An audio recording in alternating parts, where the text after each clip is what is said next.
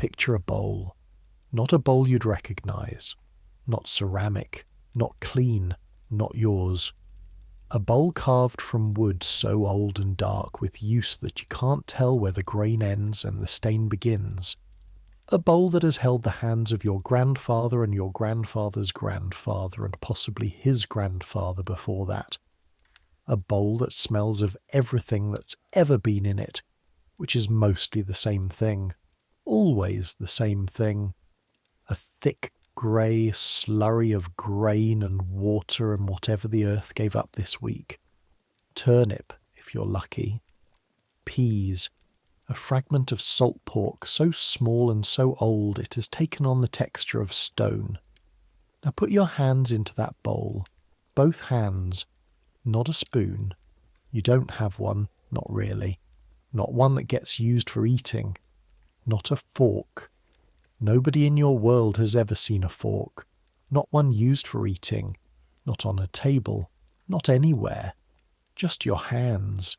Cracked and dirty and permanently stained dark in the lines of your knuckles because that's what 3 weeks of harvest does to skin. That bowl is not yours alone. Your brother is across from you. Hands in the same bowl. Your mother is beside him. The old man who sleeps near the door. Not anyone's grandfather now, just an old man who does small tasks in exchange for shelter. He's there too. All of you eating from the same vessel, in the same firelit dark, the same as you did yesterday and the day before and every day before that, stretching back further than memory goes. This is dinner in England in 1289. Welcome, not to a city this time. Not to streets you can navigate and crowds you can weave through and taverns with names above the door. Welcome to something older, something closer to the ground, to a world where the smell of your own body and the smell of your food are sometimes difficult to tell apart, and where the greatest luxury you can imagine is not silk or gold, or a view from a tall window, but a full stomach and a dry night, and no frost on the inside of the walls when you wake up. I make these history stories, and honestly I have no idea whether you use them to sleep or whether you're the kind of person who lies awake at 2 a.m. thinking about medieval grain prices, and this is just where you end up. Either way you're here, that's fine. Subscriber or not, you're here, and so am I, and so is 1289. Get comfortable, we're going in. Your name is William Cotterill, son of Robert Cotterill, who was the son of another Robert before him, and before that a chain of Roberts and Williams and Johns, stretching back so far into the dark of English history that nobody in your village can trace the beginning of it. You are 16 years old. You live in the village of Ashwell, which sits in the county of Lincolnshire like a smudge of mud on a wet road, surrounded by open fields that your family has worked for generations without ever owning a single strip of them. You are a villain, a bondman, which means your labour belongs to the lord of the manor, Sir Geoffrey de Mowbray, in exchange for the strips of land your family farms. You owe him 3 days of work per week on his demesne, his private fields, plus extra labour at harvest, plus payment in grain, plus fees for using the mill, plus permission fees for almost everything else. Marriage, moving, even dying in a way that passes property along. Everything costs something when you're a villain. You're not a slave. That's the clarification people always reach for. Technically, legally, you're a free man in many senses of the word. You can own property. You can make contracts, you can seek justice in a court, but you cannot leave, not without permission, not without paying. The land is yours to work and not yours to leave, and that distinction sounds philosophical until you actually want to leave, and then it sounds like a wall. Right now, in October of 1289, you don't particularly want to leave. You want to eat, you want to sleep. You want the pain in your lower back from 3 weeks of harvest to stop making itself known, every time you stand up from sitting. So let's start there. Let's start with the eating. The fire in your family's house is low but alive, throwing orange light across walls that are mostly wattle and daub. Wooden stakes woven together and plastered with a mixture of mud and straw and dung that has dried into something approaching solidity. The floor is packed earth, smooth in the middle where feet have worn it flat, rougher near the walls where the dirt accumulates. You share this floor with your family and until last week with the cow, because keeping the cow inside through autumn and into winter is how you keep the cow from dying of cold, and the cow is worth more to your family than almost anything else you own. The cow's warmth rises through the house at night like a slow furnace. You don't love the smell, you love the warmth. The smell in the house right now is smoke and sour grain and dried mud, and the particular animal smell that doesn't leave a building once it's been inside for a season. You have never smelled anything different in this house. This is what home smells like. When you imagine the word, this is part of what you imagine. Your mother is lifting the pot from the fire. The pot is iron and heavy and older than she is, older than her mother, repaired 3 times with patches of different iron that don't quite match and make the sides uneven. It hangs on a hook above the central hearth. There is no chimney. The smoke finds its way out through a hole in the thatch and through the gaps in the wattle and through your lungs, and inside it is the pottage. Pottage. The word doesn't fully communicate what pottage is because pottage is not a recipe. It is a strategy, a way of taking whatever you have and making it into something your body can use. Tonight it is rye grain, partly cracked, partly whole, cooked until soft enough to stop fighting your teeth. There are dried peas from the summer, rehydrated now into pale, swollen things that have absorbed the flavour of everything around them. There is fat, not butter, not quite lard, just rendered fat from a previous month, slightly rancid in a way you do not notice because all fat smells this way, and there is no other fat to compare it to. There is salt, a very small amount of salt, because salt costs money, and money is the subject of every calculation in your household from January to December. There is a bunch of dried herbs, tied together and pulled out before serving. Your mother knows what they are, you don't, and the knowledge lives in her hands and her nose and not in any book. There's not much else. Your mother ladles this into the communal bowl, wide and shallow, worn smooth inside from years of hands reaching into it, and she sets it in the centre of the low table. The table is a board on trestles. It will be taken down and leaned against the wall after the meal to make sleeping space. Your family does not have a permanent table. Permanent tables are for people with houses big enough to leave one up. You sit. Your brother Thomas, who is 12 and irritating in the specific way 12-year-old boys are irritating when you share everything with them, sits across. Your father sits at the end. He's not old, 37, but he looks older. The harvest has marked him this year. His hands are swollen at the joints from the week of rain in September that made every sheaf twice as heavy as it should have been. He moves with the care of someone trying not to break something inside himself. Your mother does not sit yet. She's still at the fire, checking things, moving things the way she always is. She will eat last. Nobody made a rule. Nobody said, the mother eats last. This is just how it is, and you have never once in 16 years seen it be different, and it will not be different. Not because your father is cruel. He is not cruel. But because this is the order of things in your world, and the order of things is not questioned, not here, not now, not by you. You reach into the bowl, Your hand goes in past the wrist. The pottage is hot enough to sting, which means the right temperature, which means you wait one more breath before eating. You pull up a handful and eat it from your palm, tilting your head back, feeling the heat spread down your throat and into your chest. It doesn't taste like much. Grain. Faint bitterness from something your mother added that you can't identify. Fat. Slightly rancid. Salt. Barely present. But it is hot, and it is there, and it begins to fill the hollow space inside your ribs that has been open since before noon, since you ate a piece of bread standing in the Lord's field because the reeve was watching and there was no time to stop. That bread was 3 days old. It had the texture of slightly damp wood.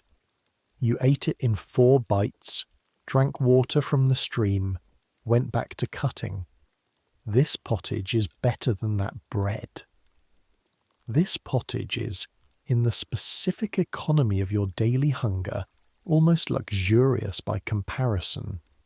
You eat from the bowl in turns, you and Thomas, your father at the end where the portions are always slightly smaller, a fact of family order that nobody discusses.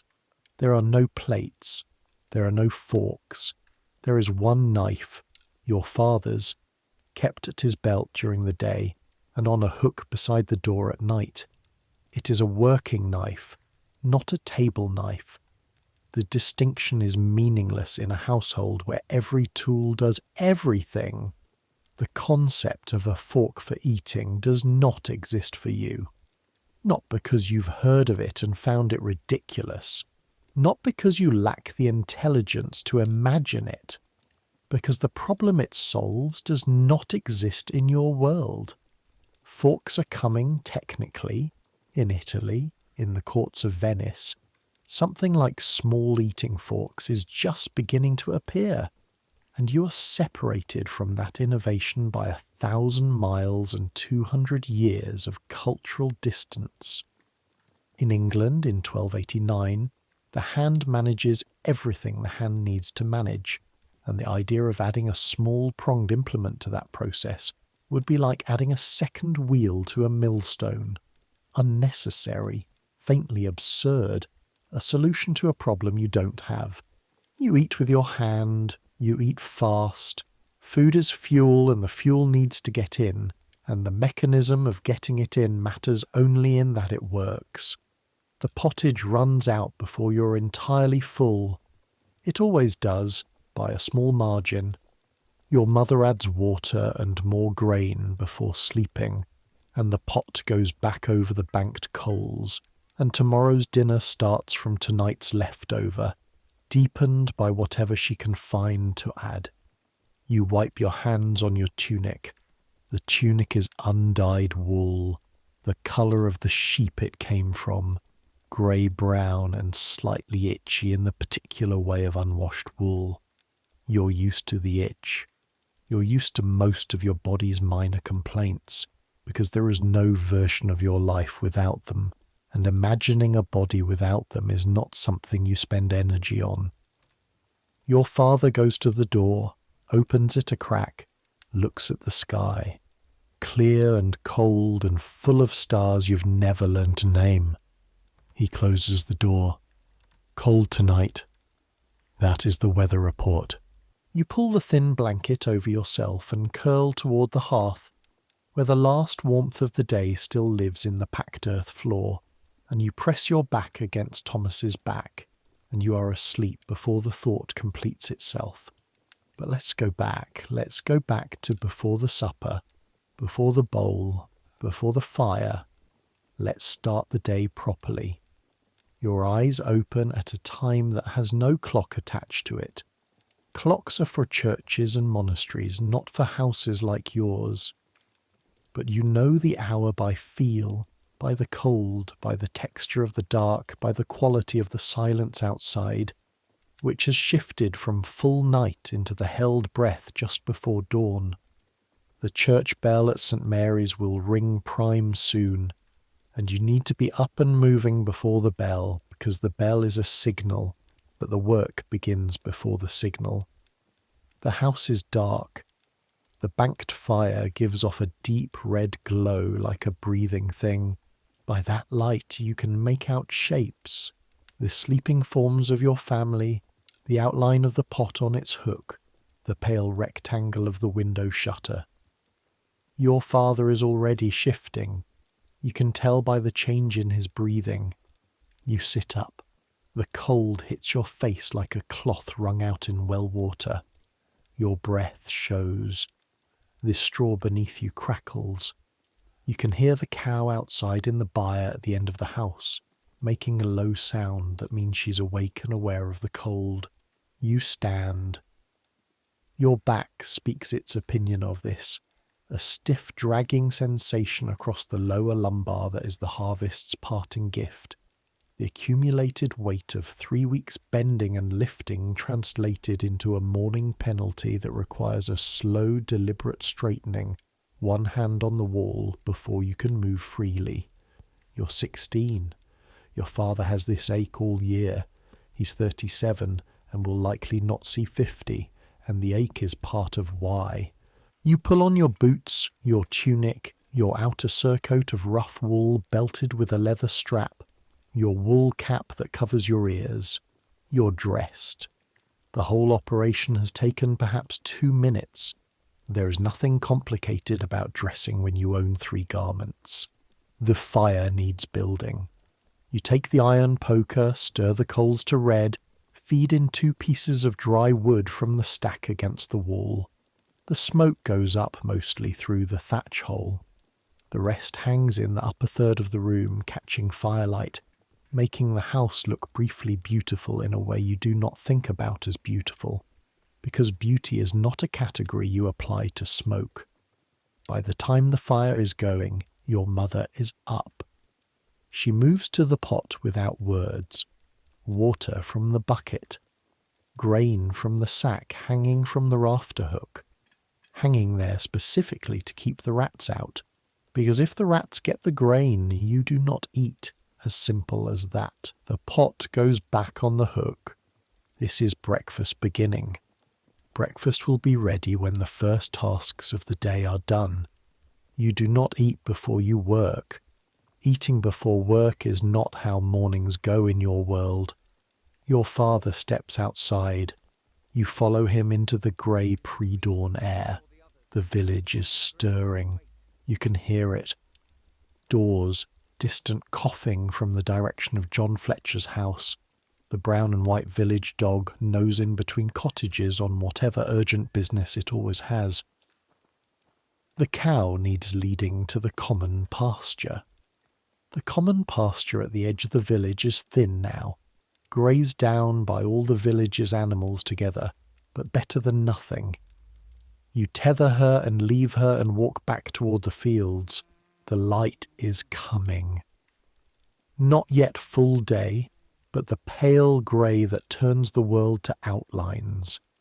The church spire, the elm trees at the north field's edge, the long pale shapes of the strips stretching south. Narrow ribbons of earth interleaved between other families' strips, all of it belonging to a field system older than anyone's memory. Your work today is on the Lord's domain. Today is one of your obligated days. 3 per week, your labour belongs to Sir Geoffrey. Today you're threshing, as you've been for weeks, as you will be for more weeks still. The harvest was good this year, better than last, and much to thresh. Threshing is this. You take sheaves of grain and beat them against stone or wooden racks until the seeds separate from the stalks. Then you winnow. Toss the grain in flat baskets in the wind so the lighter chaff blows away and the heavier kernels fall back. Then the grain goes to the Lord's granary, and after the mill toll and the tithe to the church and the various fees your family owes, what comes back to you is your portion. Your portion, in a good year, is enough. In a bad year, it is not. You have survived every year so far. This is not nothing. The threshing floor is the flat, hardened earth before the Lord's great barn. 3 other men are there already. Thomas Shepherd, who's not a shepherd, and whose family stopped being shepherds 3 generations back but kept the name. Roger, who is 22 with 2 children and a third coming, and a look about him of a man for whom every day is a calculation. And old Watt, who is somewhere between 50 and finished, who works the edges of the pile with slower movements. The flails come out. A flail is 2 pieces of wood joined by short leather, a long handle, a shorter striking stick, and when you swing the handle, the short stick comes down with real force in a satisfying thwack. 4 flails working in rhythm make a kind of music. Thwack, thwack, thwack, thwack. The sound of grain being freed from its stalks, the sound of the winter store being built. Your shoulders start to burn in the first hour. The chaff rises in a pale cloud that coats your hair and your nose and gets into your throat so that your mouth tastes of grain dust by mid-morning. Not in any pleasant way, in the way of something that has been breathed rather than eaten, a dry coating that makes swallowing slightly effortful. You don't stop to spit. You swallow and keep working. This is the thing about hard physical labour done over weeks. The body adapts to it in ways that feel almost like transcendence, but are actually just fatigue management. Your arms find the rhythm automatically by the second hour. Your mind goes somewhere else, not daydreaming exactly, not sleeping, but running at some lower level than usual, observing without analysing, present without quite being there. The pile of unthreshed sheaves reduces. The pile of grain on the canvas sheet grows. The problem before you is visible and the progress against it is visible. And there is a low satisfaction in this that has nothing to do with enjoying the work, and everything to do with the body doing what it was built to do. Mid-morning the Reeve's wife brings ale. Weak ale, barely fermented, more grain water than drink, but wet and cold and welcome on a throat full of chaff. You drink in 3 long pulls, pass the cup. Roger drinks. Watt holds it for a moment like something more valuable than it is, then drinks. Nobody speaks much. The work is the conversation. By noon, the bells at St. Mary's ring sext and the Reeve appears to assess the morning. He is a short man named William Osgood, elected by the village to manage the Lord's agricultural business, which means he tells you what to do and makes sure you do it, and reports to the bailiff if you don't. He looks at the processed grain pile. He looks at what remains. He does arithmetic in his head, visible in the slight movement of his lips. "Good morning," he says, which means satisfied. If he were not satisfied, he would say nothing. You are released for dinner. Walking home is 7 minutes. In those 7 minutes, your body transitions from labour mode to hunger mode in a way that is quite dramatic.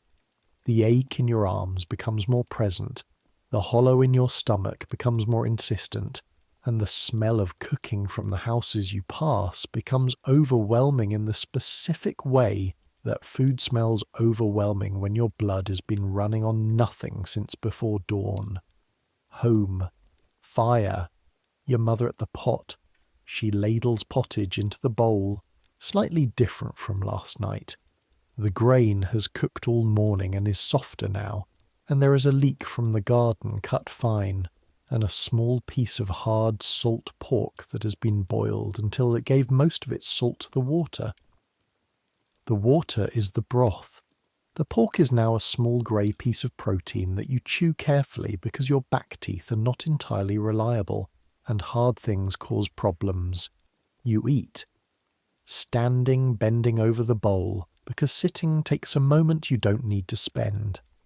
Thomas beside you, reaching in. The wordless calibration, the understanding, not discussed, about pace, about taking roughly equal amounts, about not pulling ahead. This is not generosity in any formal sense. This is simply how you survive in a small space with limited resources.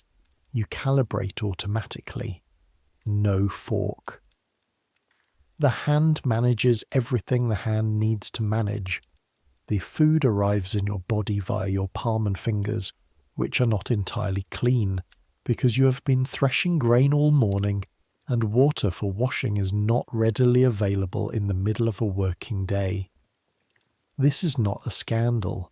This is simply the mechanism of eating in a world without running water, and without the concept that the route from bowl to mouth matters independently of the act of eating itself.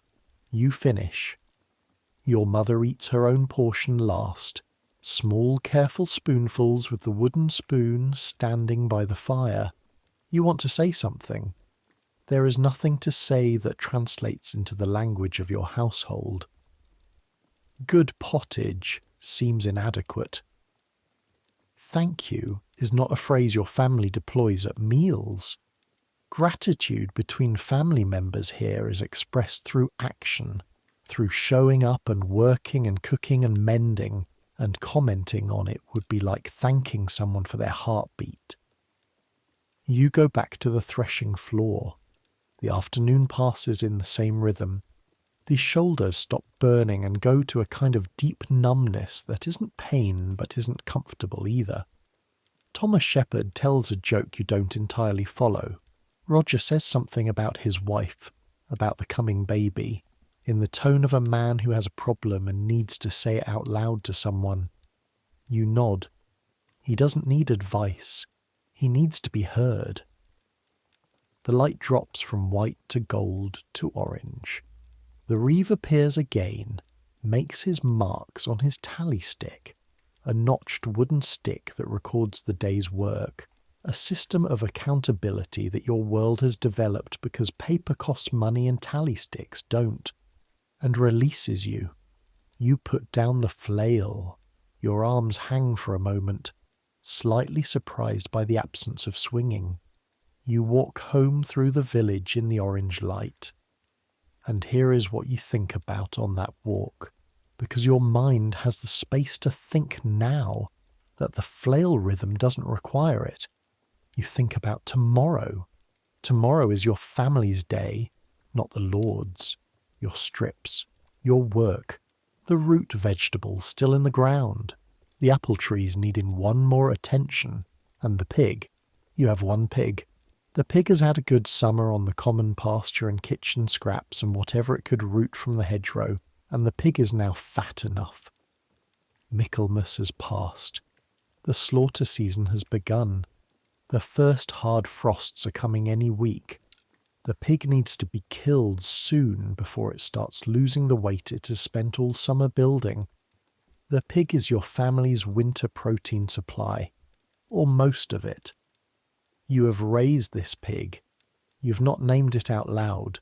Naming it out loud would be a sentimentality your world doesn't have the spare resources for. But you know its particular personality, the way it snuffles at your boots when you bring scraps, the way it turns its head at the sound of your footstep. You know exactly what it is for and what is coming. This is not cognitive dissonance. This is how your relationship with animals works in this world. The pig is food that moves. When the food is ready, you eat it. Every part will be used. The meat salted and hung. The fat rendered for cooking and for candles. The blood made into black pudding. The intestines into sausage casings.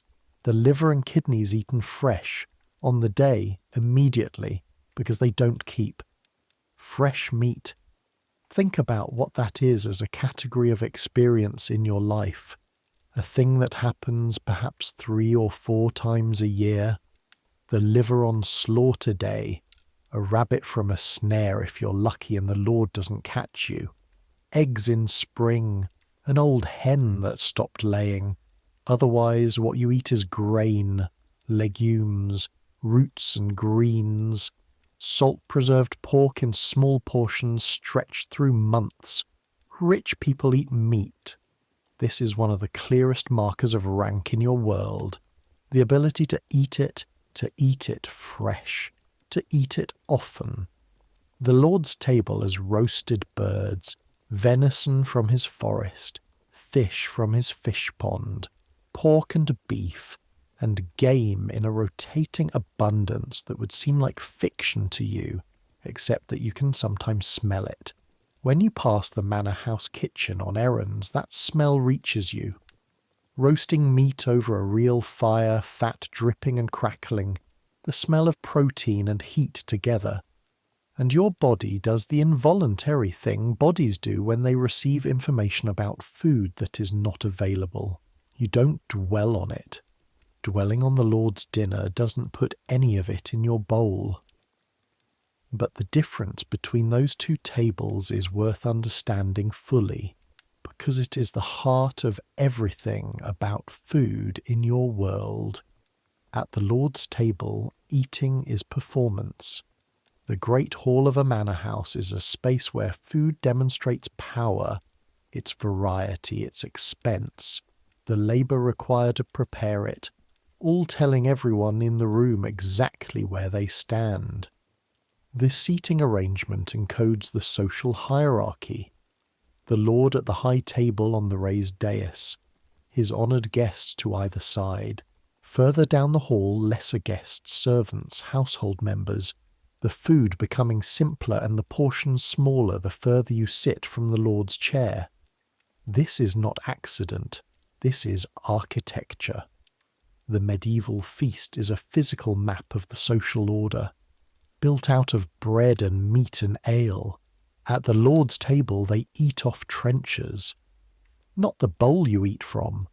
Flat slabs of bread, thick and cut from yesterday's loaf, placed before each person as an edible plate. The roasted things, the fine dishes, the meat sauces, they are placed on this bread, and you eat from the bread, and at the end of the meal the bread goes to a servant or to the poor at the gate, soaked through with meat juices, a kind of luxury even as leftovers. The trencher individuates. Each person has their own surface, their own portion, their own space that nobody else's hand reaches into. It is individual eating. It says, I am above the communal scramble.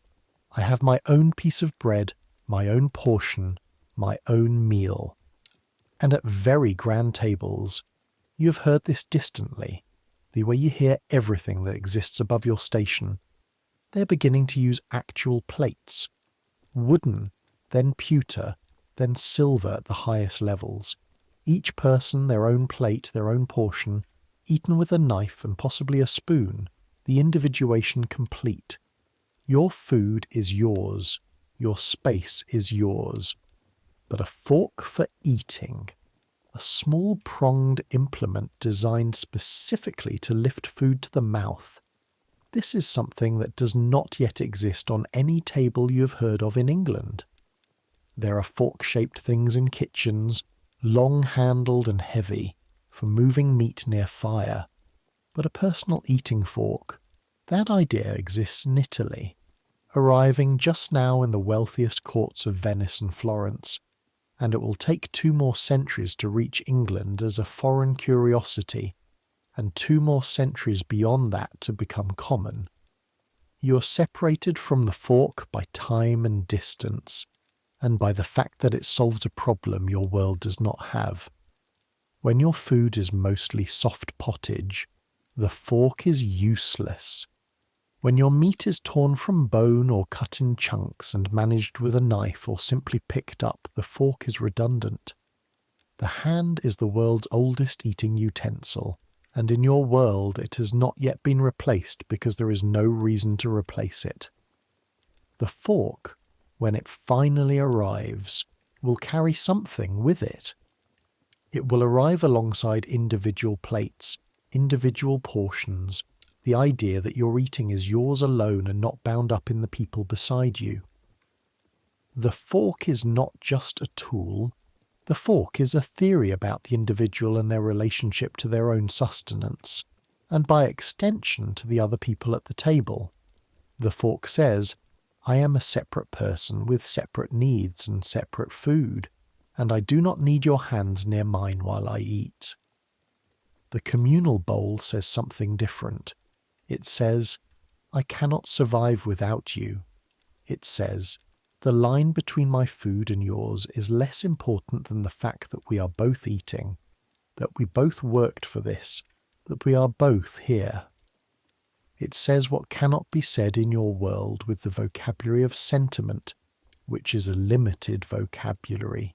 Not because your world lacks feeling, but because feeling here is expressed through action and proximity and the wordless choreography of people living very close together and depending on each other completely.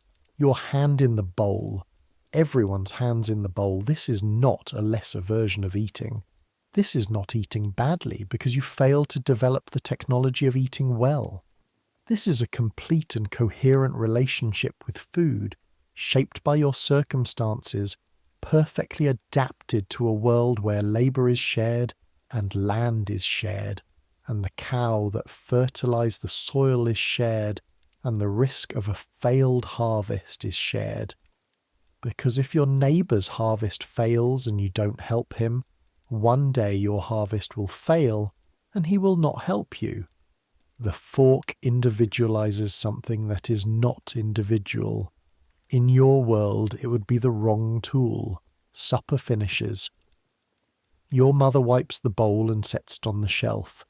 Your father is at the fire, mending a leather strap by firelight, working with the awl and the needle in the same slow, careful way he does everything. Your mother takes up the hand spindle sitting against the wall, the wool drawing out into thread with a rhythm her hands know without any conscious direction from her. Thomas is already more asleep than awake, listening against the wall. This is your family in the evening. One mending, one spinning, two half asleep. The fire, the smell of the house, the distant bells ringing compline. You close your eyes before you decide to. Now let's talk about bread. Because before the pottage, beneath the pottage, threading through every meal you eat, there is bread. And bread is its own world of labour and law and social meaning that takes a moment to fully understand. Your family grows rye. In your strips of the south field, the second field in this year's rotation, rye went in last autumn and came up this spring and was harvested in August. Rye is not wheat. It is hardier, tolerates wetter soil, yields where wheat would sulk. But rye bread is dark and heavy and dense, with a slight sourness from the way it ferments in the dough. It is not the bread that sits on the Lord's table, which is white manchet bread made from fine wheat flour, soft and pale and fragrant. Your bread is darker than that, heavier than that. Your bread is the bread that keeps a village alive through winter, and it has no need to be otherwise. The grain goes to the mill. The mill belongs to the Lord. This is not a political statement in your mind, it simply is. The mill was built by the Lord's money, maintained by the Lord's money, and using it cost a toll, a fraction of the grain you bring kept by the miller for his master. This toll is called multure.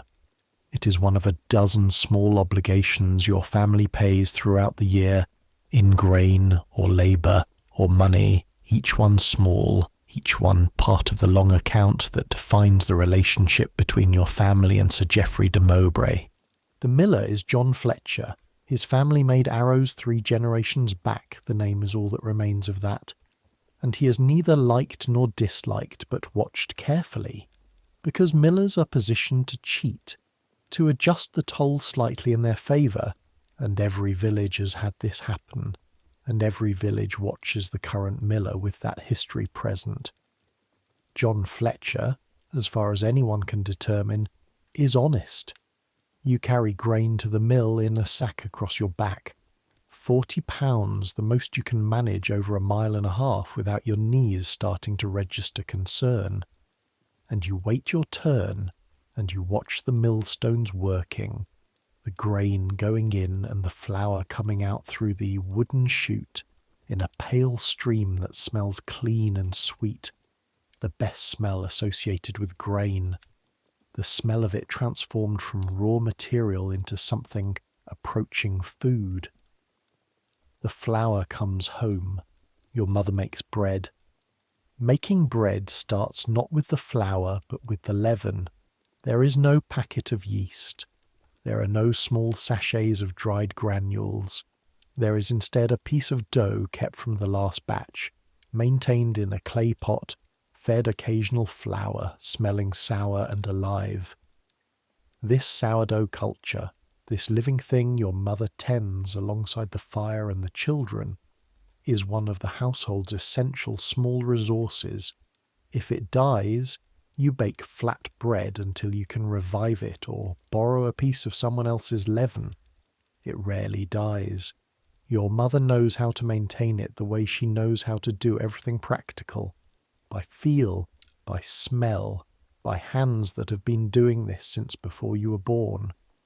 The bread is mixed in the kneading trough, a hollowed wooden box, long and low, worn smooth inside from generations of hands, your mother's hands, sometimes your father's when there's a large batch before a feast day, pressing and folding and pressing, working the dough into something that fights back, that pushes against your palms with a resistance that means the yeast is alive and doing what yeast does. The dough under your hands is warm and alive and slightly sticky, and the working of it requires a kind of full-body commitment, shoulders and back engaged, your whole weight going into the folding. Your arms ache afterward. Your arms ache from most of what you do. Then the oven. Your family does not have an oven. The Lord's oven, the communal baking oven at the edge of the village, a great dome structure of stone and clay built to hold 6 or 8 loaves, requiring 2 hours to heat properly with a fire of oak burned inside it. This is where the village's bread gets baked. You pay for this. A small fee per batch to the Lord's bailiff, recorded on his tally, totalled at the year's end against your obligations. The oven monopoly is called the Banham. The Lord controls the oven, the mill, the press, if there were grapes. There are no grapes in Lincolnshire, but the legal principle holds for other things. These are the key infrastructure pieces, and controlling them means extracting a small fee from every use of every family every year, which multiplied out represents a significant portion of the manor's income. You don't think about the economics of this. You think about getting your bread baked. You carry the shaped loaves to the common oven on baking day, wait while the oven heats and cleans and heats again, slide the loaves in with the long peel, a wide flat paddle on a pole, and wait while the heat works. An hour later the bread comes out dark and dense and fragrant with that rye smell that is, for you, the smell of food itself, more than any other smell, more than the pottage even. You take it home and put it on the shelf. Bread lasts. This is one of its virtues. Not soft wheat bread which goes stale in a day. Your bread, hard and dark, lasts 10 days, 2 weeks if kept cool and dry. It gets harder but not inedible. You soak cold bread in the pottage broth and eat it soft again. You gnaw it dry when that's what there is. Your back teeth can manage it with the right angle and the right patience. The bread you eat most days is 4 or 5 days old. This is fine. This is simply how bread works. The pig is killed on a cold morning 3 days later. Your father is in the yard with Hugh Dyer before you're fully awake. Hugh Dyer, whose family once dyed cloth, the name the only trace of that history, has the skill of knowing exactly how to kill a pig quickly and cleanly, and he comes to each family's slaughter day in the village in exchange for a share of the fresh innards. Hugh has done this perhaps 40 times. It shows in the way he moves, certain, no hesitation, the knife in exactly the right place, and then it is done. You feel something in the moment of the pig's death. Not guilt. You know this is not guilt because the pig was always for this, has been for this since the day your father brought it home in spring, and feeling guilt would be a luxury requiring a distance from necessity that you don't have. But something like acknowledgement, a moment of noticing. Then the work begins. The blood into the bucket, salt going in immediately. The fat separated from the body cavity into the iron pot over the fire your father lit earlier in the yard. The heat rendering the fat down, liquid gold pooling in the bottom of the pot. The smell of it is extraordinary, animal and hot and rich. Unlike anything else in your daily experience, the smell of resources being processed, of winter being prepared for. The liver is set aside. This is tonight's dinner. Fresh liver cooked now in the fat from the pig itself, the fat barely rendered before you're using it. The whole thing a closed loop of pig transformed into dinner in the space of a morning. It will be the best thing you eat until Christmas. You know this. Thomas knows this. The knowledge is present in the yard all through the morning's work without being spoken. The rest of the morning is skilled labour, the cuts identified and made, and the salt packed around the large joints in the salting trough, an old wooden box fitted with a cover, kept in the coolest part of the house, the meat buried in salt that will stop decomposition and transform this flesh into the salt pork that will be eaten in small pieces through the winter. The intestines cleaned and scraped for sausage casings, the bones cracked for marrow, bone marrow. You eat it directly from the split bone, standing at the fire, spooning it out with a splinter, and the richness of it is unlike anything else in your diet, soft and dense and intensely savoury, the taste of fat and animal distilled to its essence. You get this perhaps twice a year, on slaughter days. Your body registers it as medicine, as necessity, as something it recognizes and needs. Nothing is wasted. Nothing. This is not a philosophy, this is arithmetic. Every part of this animal represents stored labour, the grain and kitchen scraps and time that went into making it fat, that your family cannot afford to lose. The fat becomes candles and cooking grease. The hide, dried and worked, becomes leather for repairs. The bones become broth. The blood becomes black pudding. The intestines become sausage casings. The feet, boiled long with the head, produce the collagen-rich jelly that sets into head cheese, which will be eaten in slices through the cold weeks. You use everything. By midday the yard smells of blood and rendered fat and the complex smell of an animal being translated into its component resources. Hugh Dyer takes his share, the liver portion, as agreed, and a good portion of black pudding, and leaves satisfied. Your father looks at what's been accomplished, the joints in the salt, the bundles of sausage, the fat cooling in the pot. He nods. That nod is everything. Your mother at the fire with the liver you kept back. The smell of it before you can see it through the door. Fresh liver in hot fat. The fat crackling. The sound of it hitting the pan louder than you expected. A sound that enters your body before the smell does and tells your stomach what's coming. You don't wash your hands first. There is no fork. There is no protocol here for distance between hand and food. There is liver on the board and a knife cutting it into pieces and then eating, standing quickly before it cools, your hands reaching for the pieces as they come off the fire, hot enough to shift them palm to palm, Thomas burning his fingers and not caring, your father at the table with his own piece and his knife, silent. a man who has completed a necessary and important piece of work eating what that work produced. This is the richest meal you will eat until Christmas, and it is eaten standing up with your hands from a board without any implement between the food and your body, and it is perfect.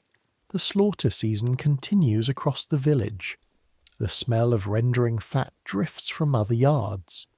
Other families are doing this same choreography in the same days, each household building its winter stores in a slow, collective process that requires no ceremony beyond the fact of everyone doing it simultaneously. The village as a whole is preparing for winter. This is the thing your world does, communally, without calling it communal. Now let's talk about the feast day coming, because the feast day is where everything about food in your world comes together in a way that the daily bowl can only gesture toward. Martinmas, St. Martin's Day, the 11th of November, 12 days from now. You know this date the way you know all the feast days, not from a calendar. You don't have a calendar, but from the rhythm of the year, from the bells, from the knowledge in your body of where you are in the agricultural cycle. Martinmas is the feast of St. Martin, patron of soldiers and of the poor, and it marks the official end of the autumn slaughter season. The Feast of the Ox. The day when what has been put away for winter is celebrated before the months of careful rationing begin. The village will close its workshops. The mill will not run. The fields will not be worked. The Lord, as he does on all major feast days, will provide, not generously, not in the way his table is generous to itself, but in the way the system requires him to provide. Because a lord who ignores the feast days that bind his tenants to the manor is a lord whose tenants look for ways to bind themselves to different arrangements. There will be tables, long tables set up in the manor's great barn, or outside if the weather holds, though it won't, not in November, so the barn. Every family in the village will bring something. Your family will bring the first of the salt pork, now cured enough to eat, and whatever else your mother can prepare. Other families their contributions. The Lord's kitchen will produce the majority, roasted meats, bread baked with better flour than you use at home, ale from the manor brewery that is stronger and better than what you brew or buy yourself. And for one afternoon, the tables will be long, and the food will be more than usual, and the ale will be poured with something closer to generosity than the daily calculation, and you will sit at those tables with everyone in the village, from the oldest to the youngest, from the better-off families with their slightly larger houses and slightly more strips, to the families who are always a little short, always a little thin going into winter. You will all eat from the same serving dishes, not your own bowl, not your family's bowl, waiting at home on the shelf. The Lord's vessels, wide serving dishes set in the middle of the table for groups of 4 or 5, and all of you reaching in, and this reaching in together is not primitive, is not what you do because you haven't thought of something better. This is the feast. This is what the feast is for. This communal reach, this shared vessel, is the ceremony itself, the ritual by which the village affirms that it is a village, that the people in it are bound together by more than proximity and obligation, that the shared meal is the shared life. The Lord sits at the high end of his own hall, of course. This is a separate event from the workers' feast, or rather it is the same event viewed from opposite ends of a very long hierarchy. He has his table, his trenchers, his roasted joints carved by his steward, his better ale, his small company of household guests. You have your barn and your serving dishes and your salt pork and your strong ale that you share in ways his ale will never be shared. But you are all, for this one afternoon, eating, and the eating connects you to each other in ways that the field system and the labour obligation and the multure toll do not. Those things define your economic relationship with the Lord and with each other. The feast defines something else, something harder to name in your vocabulary but felt completely in the body at the moment when the food is placed before you and the people on either side of you reach for it at the same moment you do. Father Edmund would say this is the Eucharist made manifest in ordinary life, the shared meal as sacrament, the table as altar, the bread and whatever else is on it as communion in the original sense of the word, the making common of what could otherwise be kept separate. Father Edmund says a lot of things you half understand and find yourself thinking about afterward.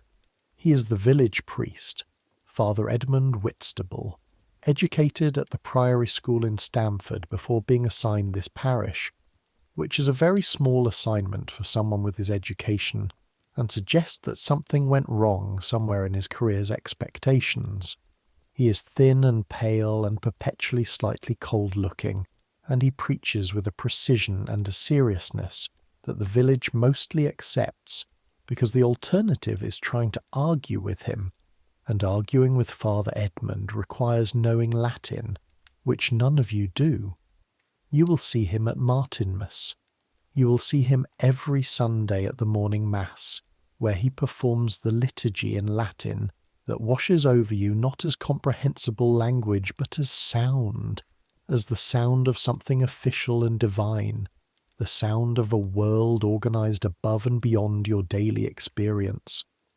The Mass itself, its bread, its wine, its ritual of eating and drinking made sacred, is not separate from your daily bowl. It is the same act made holy, the same gesture of taking food and putting it in the body, transformed by ceremony and belief into something beyond nutrition.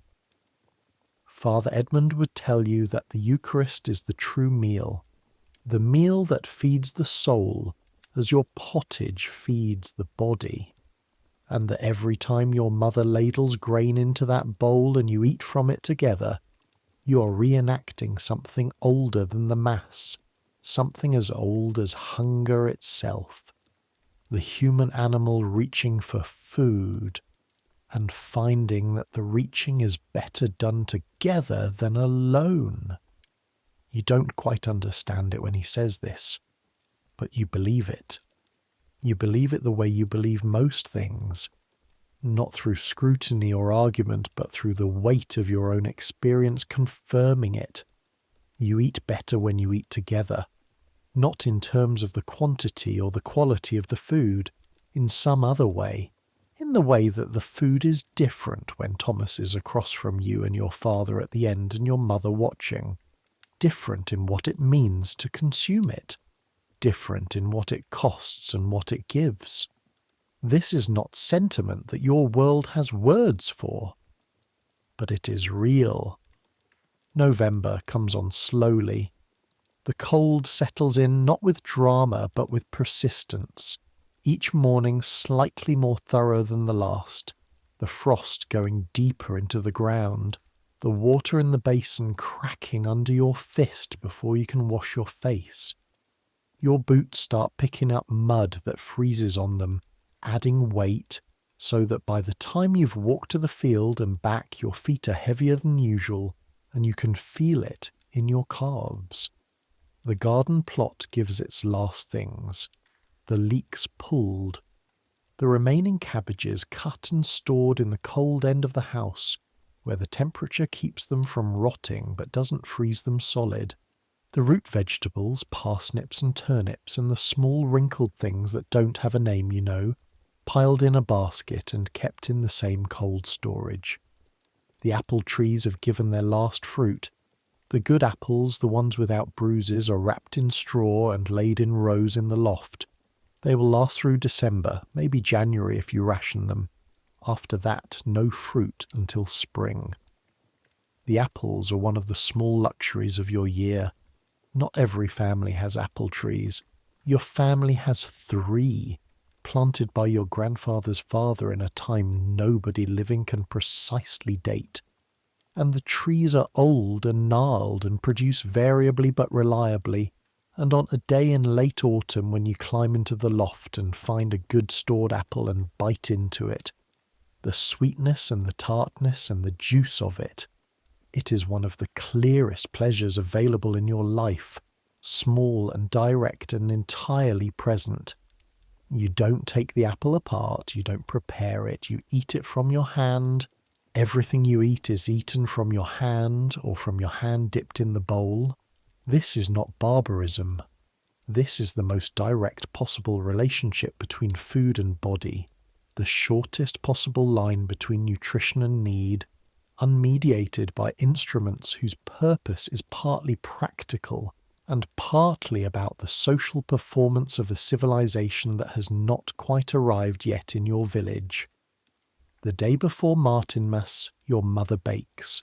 She starts in the dark, the fire up before dawn, the kneading trough out, the leaven added to the flour and water in the quantities her hands know without measuring. She kneads for an hour, the dough warm under her hands, the kitchen smelling of the sour grain smell of working yeast. Then the dough rests while the oven heats, and then the loaves go in, and an hour later they come out, and the house fills with a warmth that is both heat and smell, the bread smell that in your world is the smell of abundance, the smell of having enough for the occasion. She makes a special batch, not just the regular loaves, but something slightly different. A dough enriched with the fat skimmed from the pottage over the past week, collected and kept, and an egg from one of the hens that she's been saving for 3 days specifically for this. The resulting bread is softer, slightly more golden, slightly richer tasting than the everyday loaf. It is the Martinmas bread. It marks the day as different. This is what celebration looks like in your world. Not different food, exactly. The same food, made marginally better by ingredients withheld until they could matter most. The morning of Martinmas, you go to Mass. St. Mary's is full. Everyone in the village, everyone who can walk and those who can't are helped there. Father Edmund in his vestments at the altar, the Latin liturgy rolling through the stone space, the smell of candle wax and damp wool and the incense that Father Edmund uses on feast days only. A scent that sits in your memory as the smell of something holy, something above the daily, something that says this day is not like other days. You stand. There are no pews in your church, not yet. Pews are coming, but not here, not yet. You stand for the whole service, which is perhaps an hour, which you do without difficulty because standing for an hour is nothing compared to standing for a harvest day. After Mass, the feast. The barn has been prepared. The long tables, the Lord's trestles and boards, set up by the household servants yesterday evening, benches along each side, serving dishes, the Lord's serving dishes, wide wooden bowls that can hold food for 5 people, set at intervals. You find your family's place. You sit. On your left, Roger and his wife. She is very close to her time now, her face careful with it.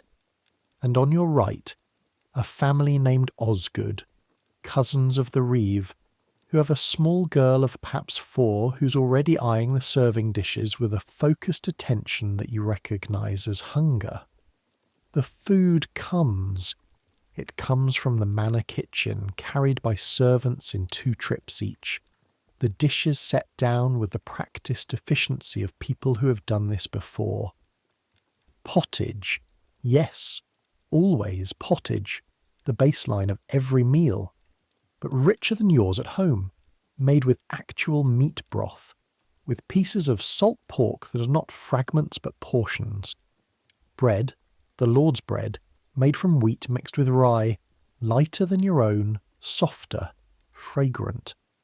A dish of roasted bird, chicken, you think, or possibly goose, cut into pieces glistening with fat.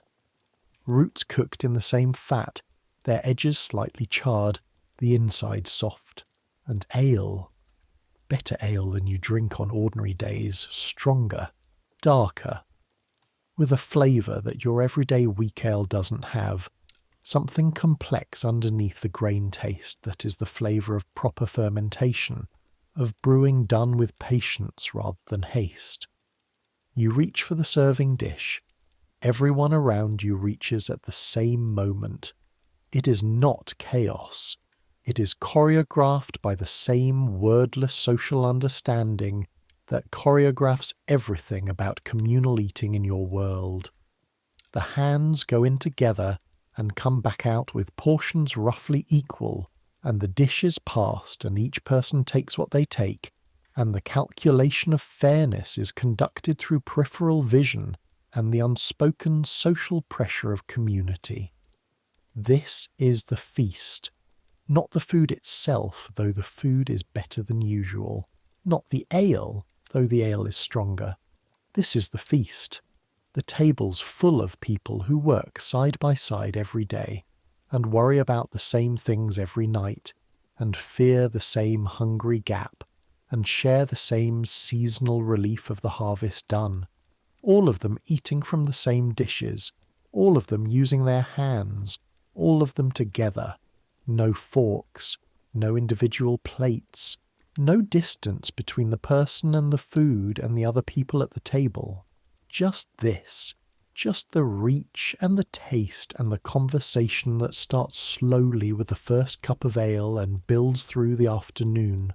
The stories and the arguments and the laughter and the occasional baby crying, and the 4-year-old Osgood girl who has eaten her fill and is now asleep on the bench, just exactly where she was sitting, her head on the table between the serving dishes. Sir Geoffrey appears at some point moving through the barn with his steward, acknowledging his tenants with the practised formality of a man fulfilling an obligation he considers worth fulfilling. He is not a cruel lord, as lords go. He has not raised the rent this year. He provided the Martimas feast as his father did before him, as the custom requires. He nods at your father with recognition.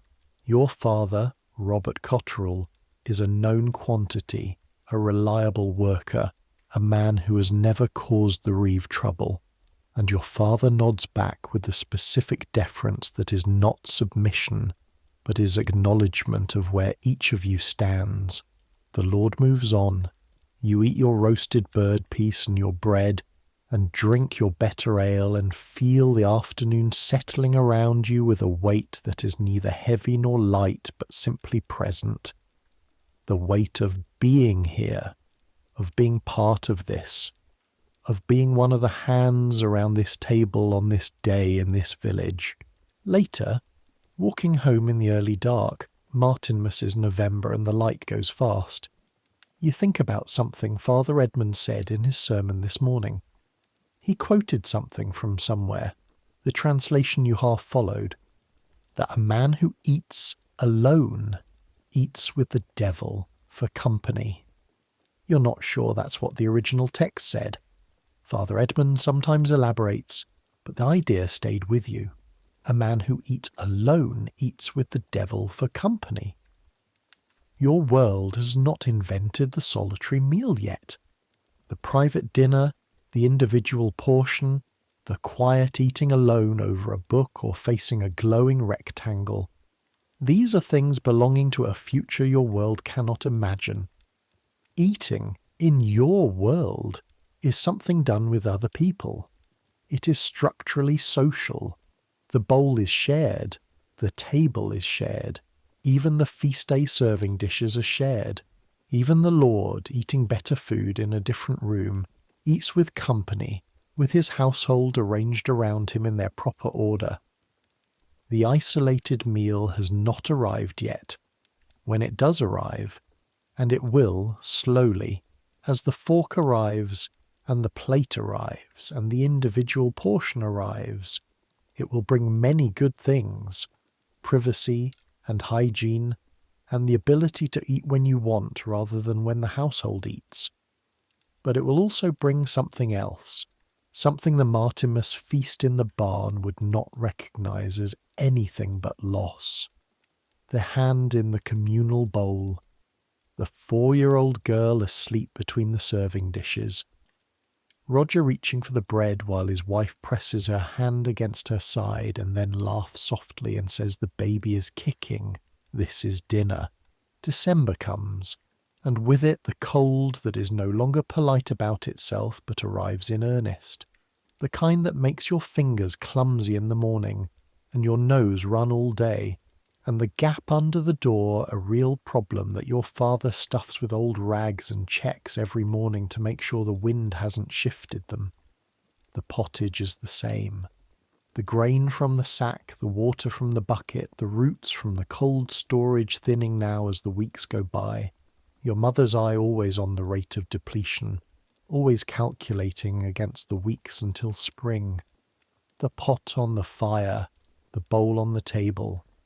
Thomas gets sick in December.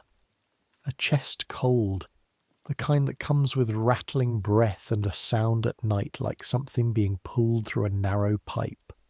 Your mother makes a preparation from dried herbs, something from the hedgerow that she dried in summer specifically for this, steeped in hot water, sweetened with a very small amount of honey from the bees your father keeps. She makes Thomas drink it twice a day. She does not call it medicine. She does not have a word for what it is beyond for the breathing. Thomas gets better. He is young and generally strong, and the bad versions of chest colds take the older people, and the very young, not 12-year-old boys with strong constitutions.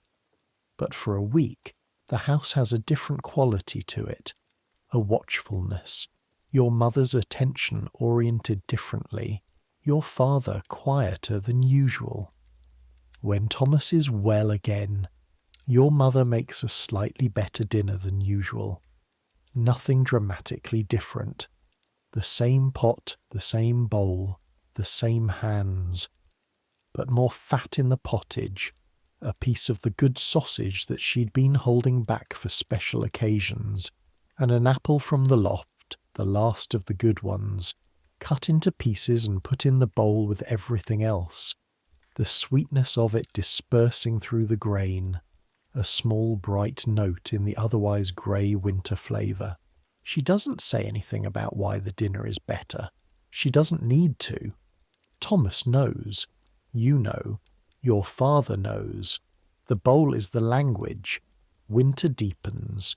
January, which is the hungry month in all the years and in this year too, the stores down to calculation. Your mother rationing with the precision of someone for whom the arithmetic of food is the most important arithmetic there is. Less fat in the pottage, thinner portions, the roots almost gone, the grain carrying the weight of feeding the household largely alone. And yet you are not in this January in genuine danger. The harvest was good. The stores were built well. The pig provided its months of salt pork. There is grain enough. There is thin ale brewed from the barley you kept back for it. There is the dried peas that have been rationed carefully all winter, dispensed into the pottage 2 or 3 times a week, in amounts that mean they last until March. The hungry gap is coming. That late winter stretch between the stores running low and the spring garden starting to produce. But it is not here yet, and when it arrives it will be an inconvenience rather than a crisis, and an inconvenience is something your family handles. This is what the good year looks like. In a bad year, and bad years happen, 3 or 4 in a decade, the wet harvest or the failed crop or the disease that takes the cattle, the January calculation is different, the portions smaller, the hedge plant knowledge more urgently applied, the social networks of the village more openly ask for what they can provide. Bad years are survived by the same mechanisms that good years build, the communal bowl, the shared obligation, the fact that no family is entirely alone in its crisis, because every other family has had a crisis and knows what it costs and what it gives to be helped through one. You are not in crisis. You are hungry in the ordinary way, the way that is simply the baseline condition of being a working body in a world where food is earned by labour, and where winter reduces the labour, and therefore, in a way you feel, rather than articulate, reduces the food. You are hungry in the way that makes the evening pottage matter very much. That makes the bowl sacred, not in any religious sense, but in the way that things become sacred, when they are necessary and not guaranteed. Late January, a Sunday, clear and cold with a hard frost overnight that has turned the world silver. Your father takes you to the top of the hill, not a mountain. Your world does not have mountains in the dramatic sense, but a long slow rise of land to the north of the village, above the common pasture, where the field system falls away and the land becomes a heath of frozen grass and old bracken, and the occasional twisted hawthorn. And at the top of the rise, if you turn south, you can see a long way. The village below you, small and specific. You can identify your own house by the shape of the roof, the dark mark where the thatch was repaired last autumn. The fields laid out in their three great sweeps, the strips visible from this height as slight ridges in the brown and grey earth, the ridge and furrow of generations of ploughing, the church spire of St. Mary's above the cluster of rooftops, the mill on the stream, still not turning this frozen morning. Further, the next village, just visible as another cluster of rooftops. And beyond that, the line of the road that goes to Stamford, thin and brown in the frost, and on it, even at this distance and this hour, figures moving, carts, people, the road never quite empty.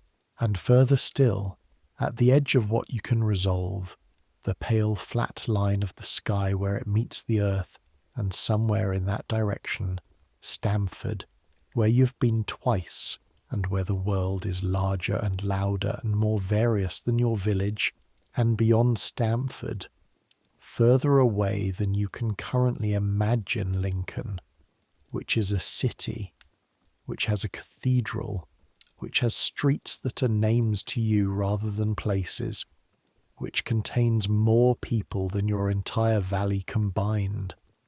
And beyond Lincoln, everything else, the England you have not seen and may never see. You stand there for a long time. Your father stands beside you, not saying anything. He is not a man who explains his reasons for doing things. He brought you here because he was brought here, probably at some similar age, by his own father. This is the thing that fathers do when they want to show their sons something that has no words. The cold is real up here. The wind comes off the flat country to the north with nothing to slow it, and it finds every gap in your surcoat and makes itself known against the back of your neck and the tips of your ears. You don't move. The cold is worth it. From here you can see the shape of your world. Not just the physical shape, the fields and the roads and the rooftops, but the shape of the thing you're part of. The village is small from here. The work that fills your every day looks from this height like what it is, part of a much larger pattern, one cluster of activity among many. All of them together making up something too large to see when you're inside it. Your father puts his hand on your shoulder briefly, then he starts down the hill. You follow, because that is what you do.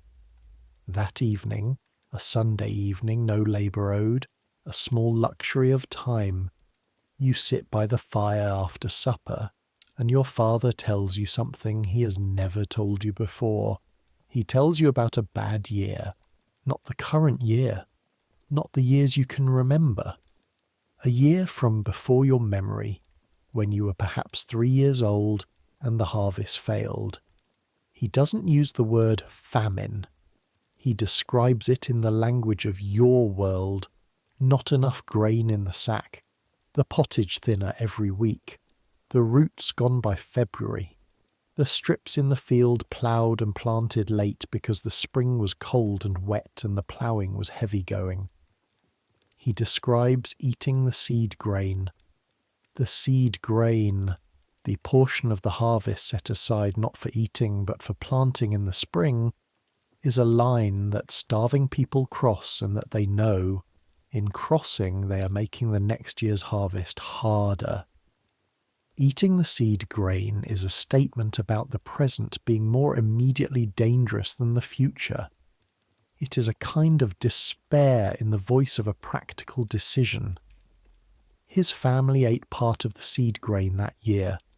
Not all of it, but part. The village survived. People in other villages did not. You know this because the priest mentions it sometimes. The names of villages in the county where people died, where families lost members, where the graves went in the churchyards and the houses stayed empty. Your village was lucky or careful, or both. Your father doesn't say this to frighten you. He says it the way he says everything that matters, flatly, without emphasis, in the tone of someone describing weather, which is to say in the tone that says, this is real, this happened, this is part of what the world is. The bowl feeds you every day, he says, and this is the most philosophical thing you've heard him say. You remember that. On the days when it's thin, you remember the days when it wasn't. You remember it. The fire goes down. The house settles. Your mother is spinning by the last of the firelight, the rhythm of it constant, the thread drawing out in the particular quality of motion that is almost rest, almost sleep, almost something else entirely. The body continuing to do what it knows how to do, even when the mind has gone somewhere quieter. Thomas is asleep. Your father banking the fire, the pot hanging empty on the hook, tomorrow's pottage not yet started, the sack of grain on the rafter hanging patiently in the dark. This is winter. This is what winter is. The cold that requires the banked fire, the thin portions that require the careful eye, the stored resources depleting slowly against the weeks remaining until spring. The household maintaining itself through the same mechanisms it has always used, the work and the fire and the bowl and the hands together in the bowl. February. The hungry gap arrives precisely as scheduled, as it always does. The roots are gone. The stored salt pork is down to its last small pieces, rationed now to flavour rather than to sustain. The grain is doing the work alone, pottage thinner, more water in it, the grain stretched with more water than is ideal, giving you volume without the same satisfaction of the autumn's richer bowls. Your mother goes to the hedgerow with a basket. She does this every February, and has done it since before you were born, and her mother did it before her. The hedgerow in winter is not obviously abundant, but there are things there if you know what to look for. The inner bark of certain trees, which can be ground into a powder and added to grain, extending it further. Dried berries on some shrubs, wrinkled but still present. The first nettles, bright and green where the hedge gives them shelter, edible when boiled. The sting completely neutralized by heat, nutritious in ways your world doesn't have the biochemistry to name, but recognizes through the felt experience of people who eat them and feel the difference. She brings the basket home and adds it all to the pot. The pottage is strange this week, grainier, slightly bitter from the bark powder, with a green taste of nettle through it. It is not good.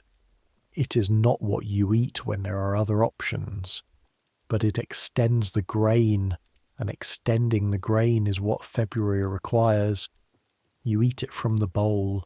Your hand in the strange thin pottage, your brother's hand, your father's at the end, taking the smaller portion the way he always takes the smaller portion, without comment, without anyone saying anything about it. Your mother's last. In March, the first green things. The onion sets go in the garden plot. Your mother on her knees in the cold mud, pressing them in at the right depth with the precision of someone who knows that every one of these planted matters.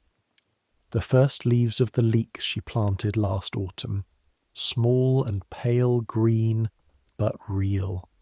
The earliest nettles in the uncultivated ground at the edge of the field, bright and new, and the most welcome sight you've seen since the last apple in January. The pottage gets better, small amounts of fresh green added to the grain.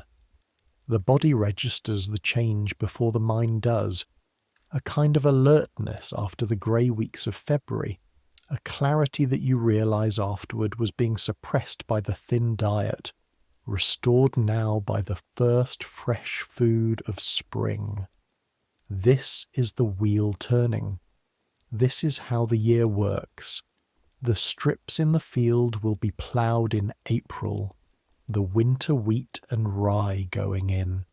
The summer will bring its heat and its labour. The harvest will come again in August, the same cycle of sickle and sheave and threshing floor. The pig will be a new pig, this year's pig, already growing somewhere in the village's agricultural plans. The bowl will be filled, will be emptied, will be filled again. This is what most of human history is, not the lords and the silver dishes, not the spices and the feast day abundance, not even the Martinmas table, though the Martinmas table matters enormously for what it does to the people around it. Most of human history is this, the fire and the pot, the sack of grain on the rafter, the cold February morning, and the hands in the thin pottage, and the wheel turning and the spring coming, and the wheel turning again. The fork, when it arrives, will change many things. It will change the table and the portion and the distance between hand and food. It will arrive alongside plate and napkin, and the concept of not touching food that other people will also eat. It will arrive alongside soap more available than yours, and water cleaner than your bucket, and the gradual separation of eating from the agricultural labour that produced what was eaten. The fork is a product of surplus.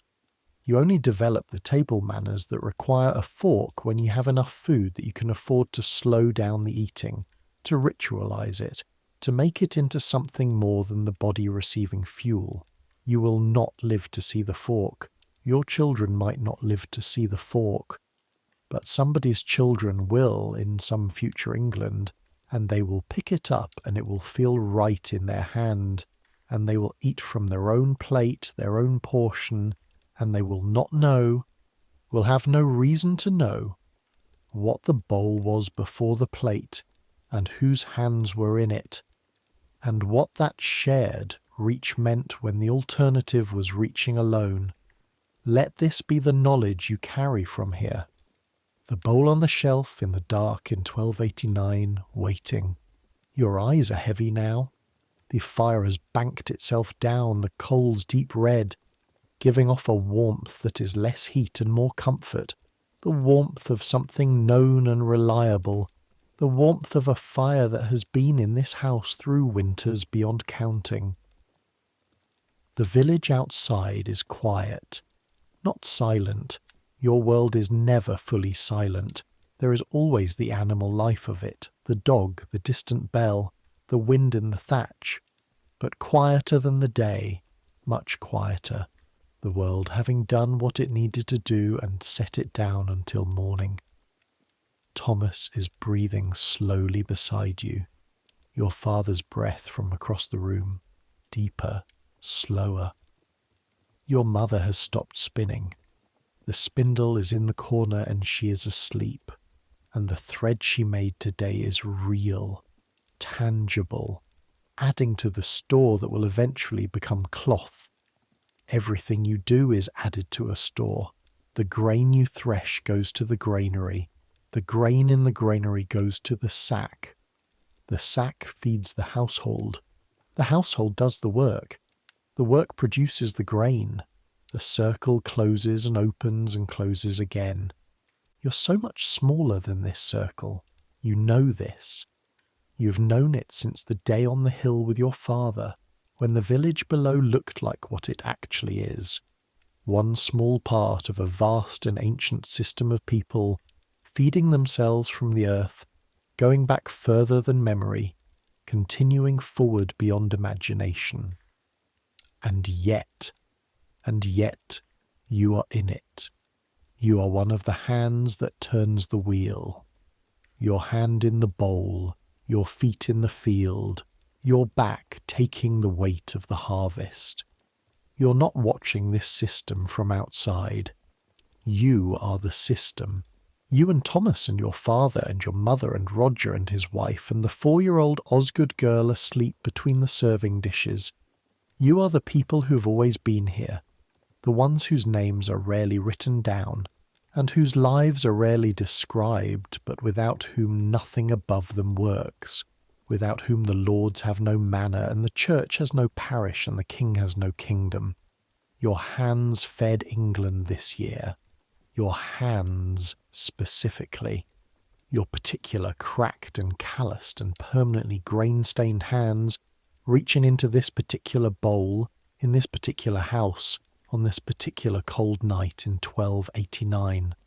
Let that be enough. Let that be exactly enough. The cold is outside. You're inside. The fire breathes. The grain is in the sack. The bowl is on the shelf. Let sleep come the way it comes every night in this house.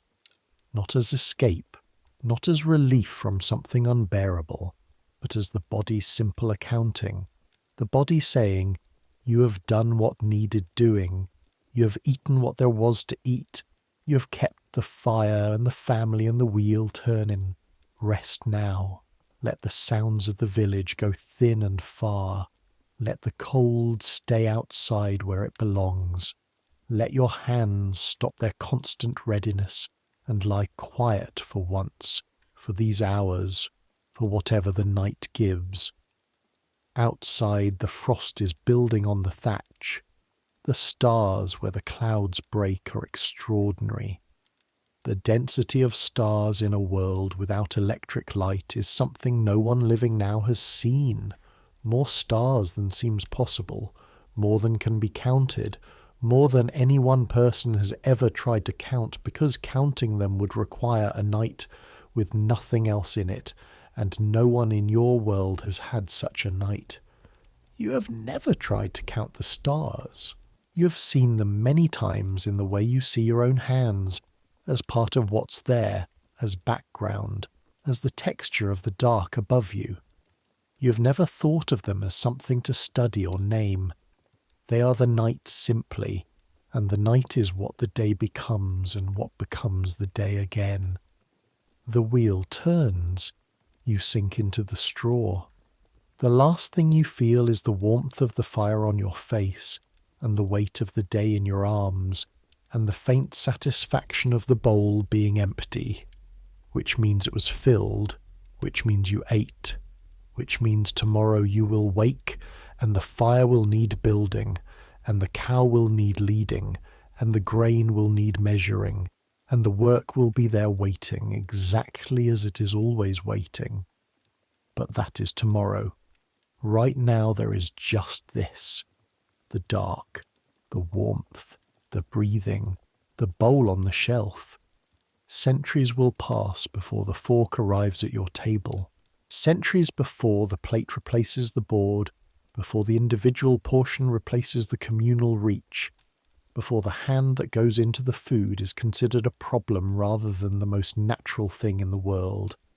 And centuries beyond that, someone will lie down to sleep in a very different world and listen to someone else tell them about the bowl and the fire and the hands and the grain, and they will close their eyes and let the image settle into them.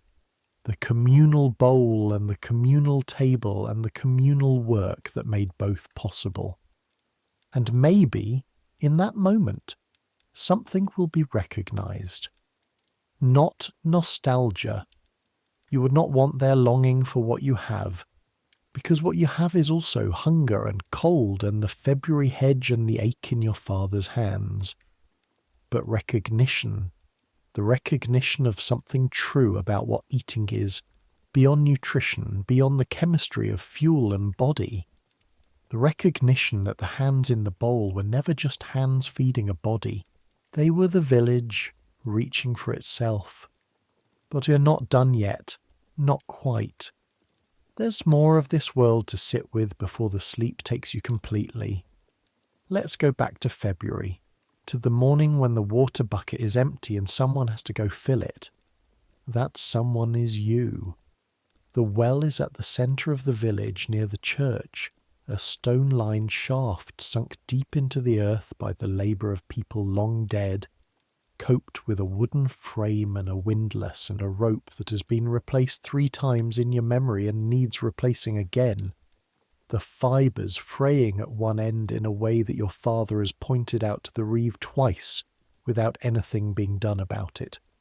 The bucket goes down on this rope, hits the water, fills, comes back up on the windlass that your arms crank in slow turns, the weight of the water surprising even when you know it's coming, that sudden addition of mass when the bucket hits the surface and fills. You carry 2 buckets on a yoke. The yoke is a shaped piece of oak that sits across your shoulders, a bucket hanging from each end on short chains, the weight distributed left and right in a balance that makes carrying 40 pounds of water roughly manageable for the half-mile between the well and your house. Roughly. Your shoulders know the yoke. The skin there is thickened and slightly calloused from years of the wood pressing in. The walk to the well in February takes you through the village in the early morning before full light. The frost is on everything. The thatch, the mud, the wooden gate of the miller's yard, the bare branches of the elm tree at the north end of the green.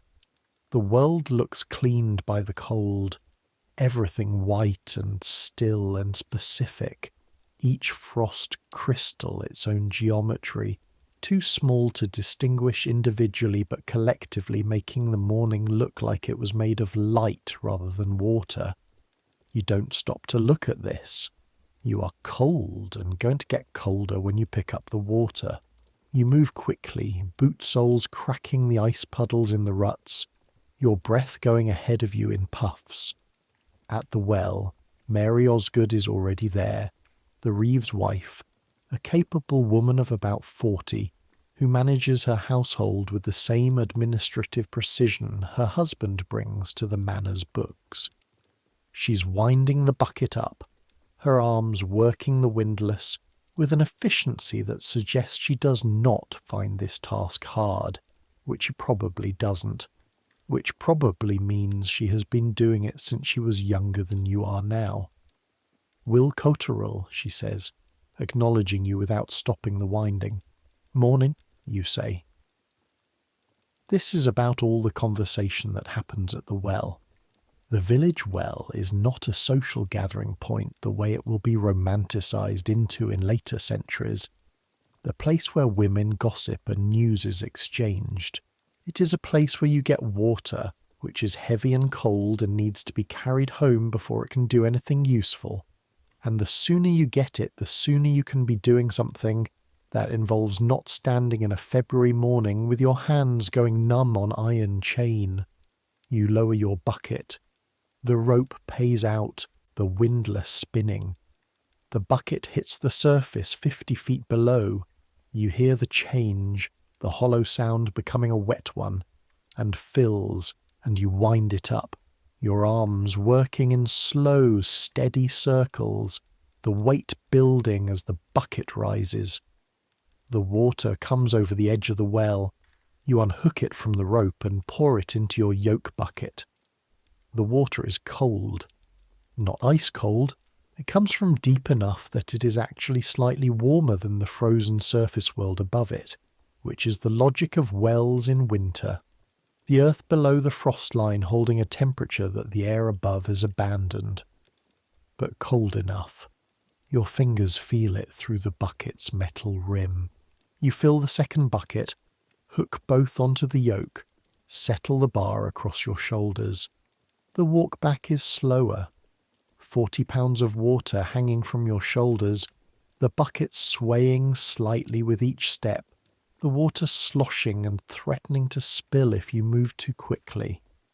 You have learned the walk, measured steps, a slight lean forward, the body knowing exactly how much movement the buckets can absorb without losing water, because water lost on the path is water you have to go back for.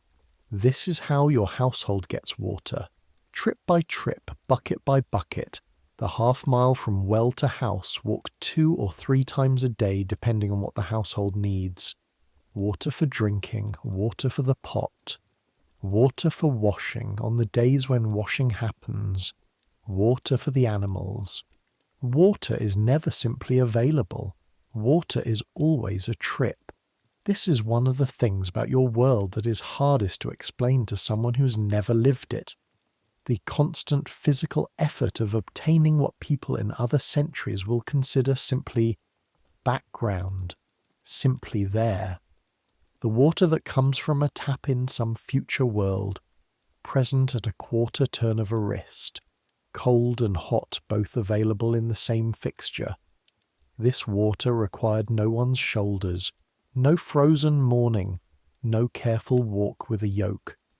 It comes from somewhere so far back in a chain of infrastructure that its origin is invisible. Your water comes from 50 feet below this frozen ground, raised by a rope in your arms and carried on your shoulders. You set the buckets inside the door. Your hands are bright red from the cold. Your shoulders are stiff in the familiar way. Good, your mother says and goes to the first bucket. The word means, this was necessary and you did it, and now we can proceed. You warm your hands at the fire, holding them near but not in the flame, feeling the blood come back into the fingers in that particular pins and needles way that is mildly unpleasant and entirely welcome. Outside the day is getting lighter. The frost will hold until mid-morning. Your breath still shows. Another February morning in the life of a household that runs entirely on human effort and the occasional ox. The week before Martinmas, you encounter Father Edmund on the road. You have been back from the mill, the half-empty sack of grain flour over your shoulder, lighter now than it should be, because the winter has been long and the grain needs careful management. Father Edmund is coming from the direction of the church, walking quickly with his head down against the wind that has been coming out of the north for 3 days now. A wind with a specific quality of cold that your world calls the east wind, even when it comes from the north, because what matters about it is its dryness, its lack of mercy. He sees you and stops. Father Edmund is perhaps 45. Thin in the way that suggests he eats less than he should not from shortage but from habit, from a priestly relationship with fasting that has marked his body over decades. His face is interesting in the way that faces are interesting when they contain intelligence that has been working hard for a long time. His hands, though, his hands are soft, the hands of a man who writes, who handles books, who does not thresh or plough or carry yoke buckets, and in your world hands tell you everything about a person's life. William, he says, not Will. He uses the full name, which is a small formality he maintains with everyone, and which makes you feel slightly like you're being addressed by someone reading from a register. Father, he falls into step with you. This is unusual enough that you notice it. How does your family fare, he asks. Well enough. This is the standard answer. It means not in crisis. It means the bowl has been filled. He nods, apparently satisfied with this as a report, Then, I've been thinking about the feast day. Martinmas, you say. Yes, I've been thinking about what I'll say. He pauses. About what food means. About why we eat together. You wait. Father Edmund sometimes processes thoughts out loud in the presence of whoever is walking near him. You have been the audience for this before. It is not unpleasant. He says things you wouldn't otherwise hear. There is a tradition, he says, an old one, from the early church fathers, that the shared meal is a form of prayer, not the Eucharist specifically. That is something else, something sacred in a particular way. But the ordinary meal, the bowl on the table, that this is itself a kind of communion. He pauses again. The word means holding things in common, communing, the same root as community. He looks at you to see if you're following. You nod carefully.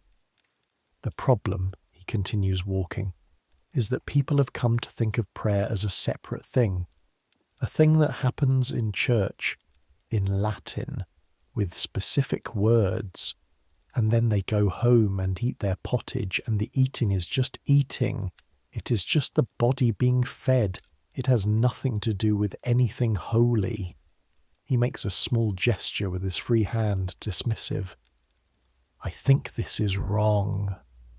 The wind is still coming. A gust of it lifts the corner of his cloak and he gathers it back. When you eat together, he says, and the food is shared, and the bowl is passed, and no one at the table has more because they deserve more or less because they are worth less. In that moment, the table is more honest than the world outside it. The table, for that moment, tells the truth about what we are to each other. He stops walking. You stop with him. Do you understand what I mean? You think about the bowl, your family around it, your mother at the end, eating last, her hands that held everything together for this household visible in the firelight. Yes, you say. Father Edmund looks at you for a moment in a way that suggests he's revising something about you upward. Good, he says. Then, the feast at Martinmas. Bring your mother's bread if she has extra. The children especially. The children should eat well on feast days. It does them something beyond the nutrition. He says nutrition as though it is a word that requires explanation, and then he doesn't explain it, and you understand it anyway. He moves on. You move on with your sack of flour. But you carry the thing he said with you for the rest of the day, in the way that things said by people more educated than you carry a particular weight, not because their education makes them more right, but because they have words for things you have always known in your body and never heard spoken. The table tells the truth about what we are to each other. You think about this at the well. You think about it while carrying water. You think about it while your mother adds the flour to the evening's pot, and the smell of hot grain fills the house, and the bowl comes out from the shelf. The bowl, old and dark and worn smooth by all the hands that have been in it. Your hands now, Thomas's hands, your mother's last. You eat. You don't think explicitly about communion. You just eat. But underneath the eating, something Father Edmund said has lodged itself, and it changes the light slightly on what you already knew, makes visible the thing that was always there but had no name until an educated man in a cold wind gave it one. Let's go forward now, forward to spring, because you have been in the cold long enough, and the cold in this story, like the cold in your house, deserves to break. March is when it begins to shift, not warmly, not dramatically, but the angle of the light changes in a way your body registers before your mind does, a quality of the afternoon sun that is slightly less thin than it was in February, the shadows falling differently, the days visibly longer, the dawn arriving at a time that was still full dark 2 weeks ago. The world has not warmed yet, but it has promised to warm, and the promise does something to people who have been living inside a hard winter, a loosening of something held tight. The mud. The February frost that had made the roads almost manageable by making the mud solid. That frost is releasing now, and the roads are becoming what they are in every English spring. Soft, churned, deeply unreliable. Your boots go in.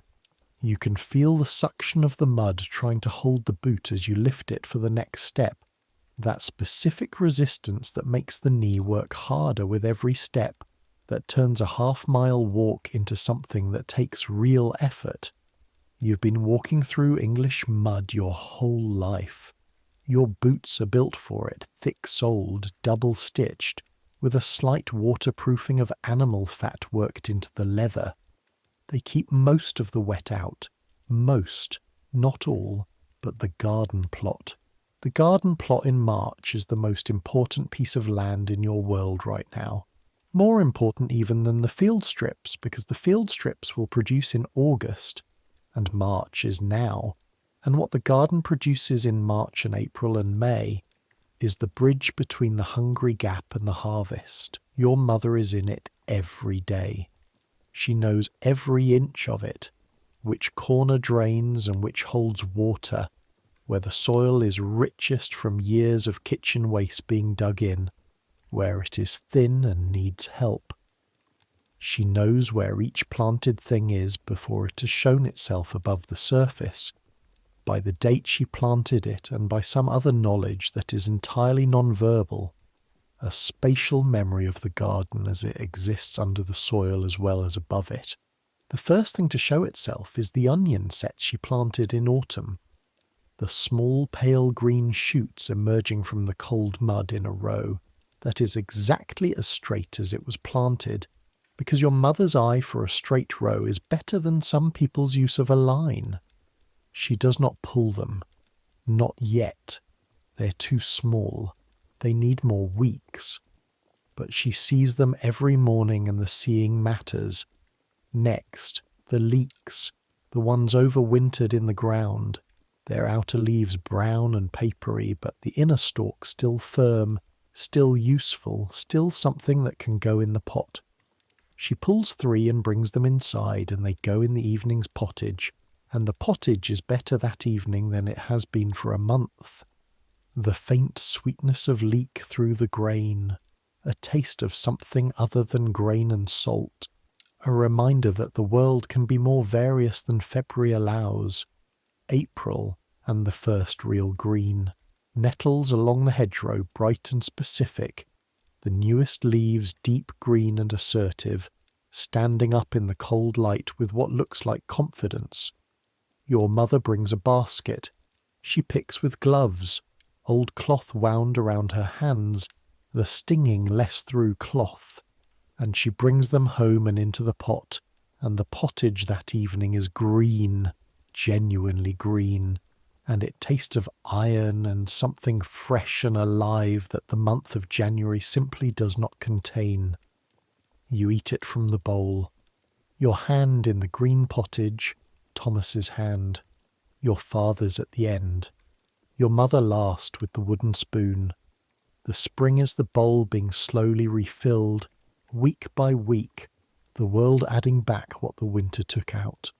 The leeks from the garden, the nettles from the hedge, the eggs from the hens who have begun laying again, 2, sometimes 3 eggs a day, a luxury that your family uses carefully, one going into the pot on the day it appears, another kept for Sunday, another saved toward the next batch of bread. An egg in the pottage.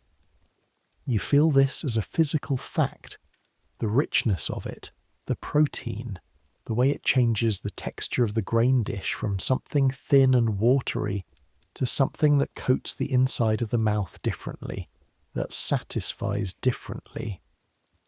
Your body knows exactly what an egg provides, though the word protein does not exist in your vocabulary. Your body knows it the way it knows the sun on your face after the winter, as something that was missing and is now returned. The spring ploughing begins in April. The soil is workable now. The frost gone deep enough that the ploughshare can enter without the resistance of ice. The teams are assembled. Your family's 2 oxen combined with those of 3 other families, 8 animals pulling together, the great heavy plough turning furrows in the open field, the earth opening like a slow wave. You walk beside the oxen for a week of days, not driving them. That is your father's work. The skill of directing a plough team requiring a kind of communication with the animals that takes years to develop. A reading of the team's movement and resistance and rhythm that your father performs, with the same unconscious expertise your mother brings to spinning. Your job is to manage the furrow end, to help the plough turn, to clear the soil that jams against the board, to watch the line and call out if the furrow is drifting. The smell of turned earth. This is one of the great smells. Not pleasant exactly, not unpleasant. Deeply specific, deeply connected to what it represents, which is possibility, which is the beginning of the season's productivity, which is the earth being open to receive the seed that will become the grain, that will become the pottage, that will fill the bowl, that will keep everyone alive through next winter.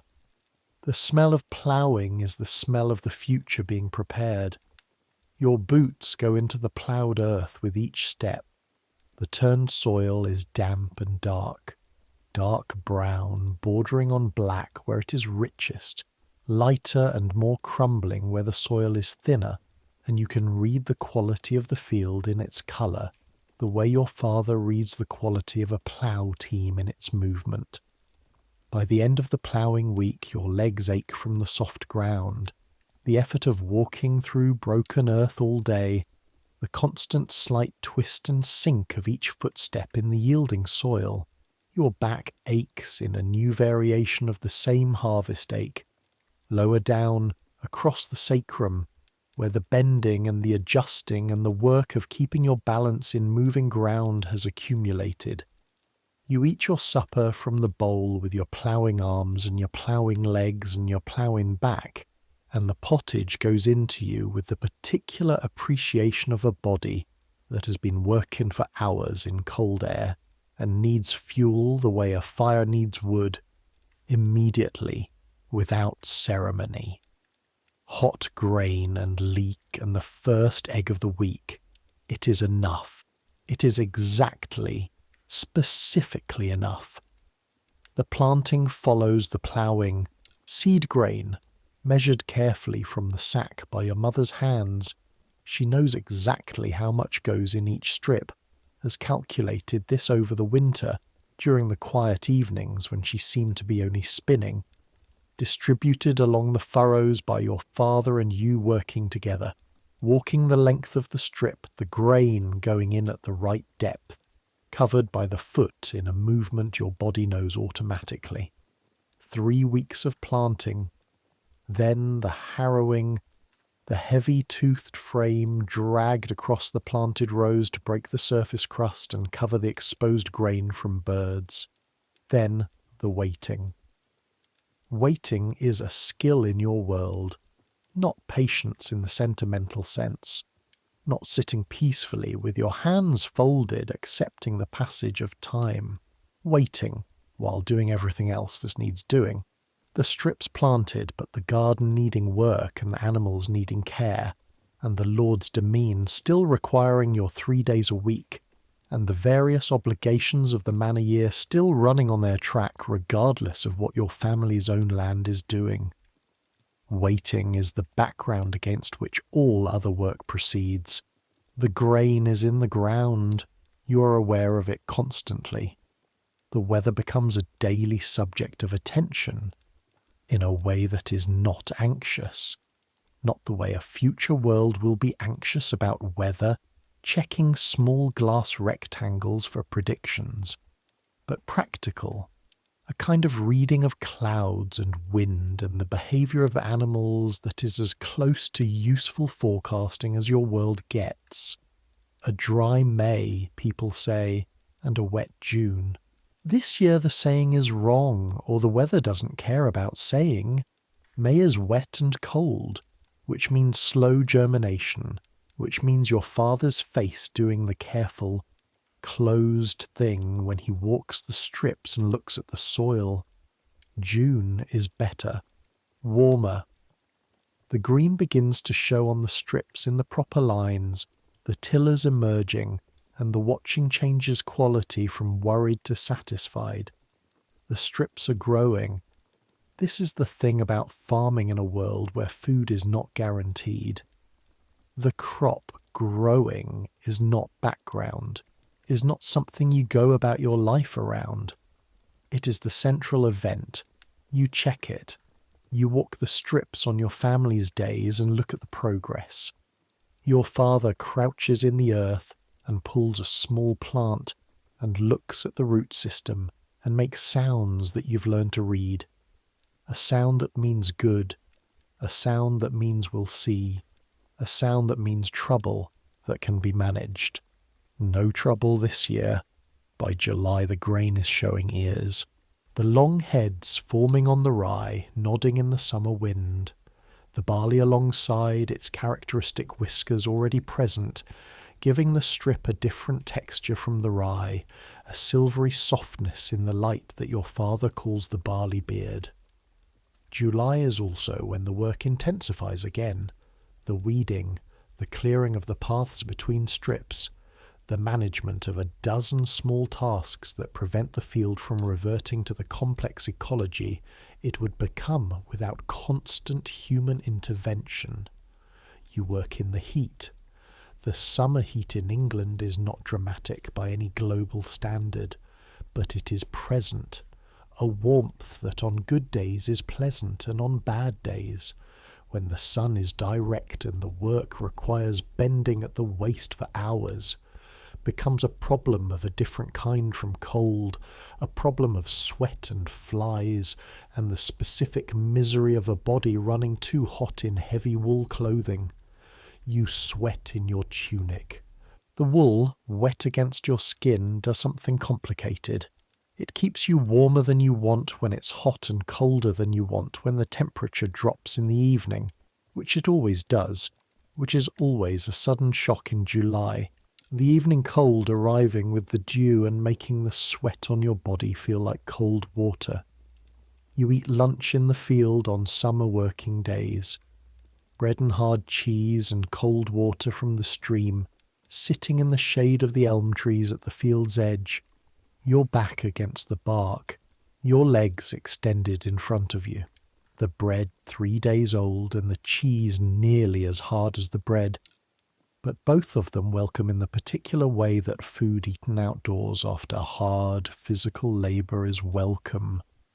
No ceremony, no bowl, just your hands and your teeth and the shade and the brief rest before you stand up and go back to it. No fork, obviously, never a fork. Your thumb and fingers break the bread. Your knife cuts the cheese. Your hand lifts both to your mouth. You eat facing the field, watching the grain move in the small wind, the way it shifts in waves when a gust comes through. A whole field of grain moving together like a single living thing making a slow decision. This is the summer. This is what July is. And then August and the harvest. The harvest you already know. Your arms know it.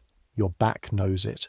The sickle in your right hand, the gathered grain in your left, the cut and gather repeated until the strip is clear and the sheaves are tied and the work that was the summer is transformed into the work that will be the winter, the grain moving from the standing plant into the stored potential, the wheel complete.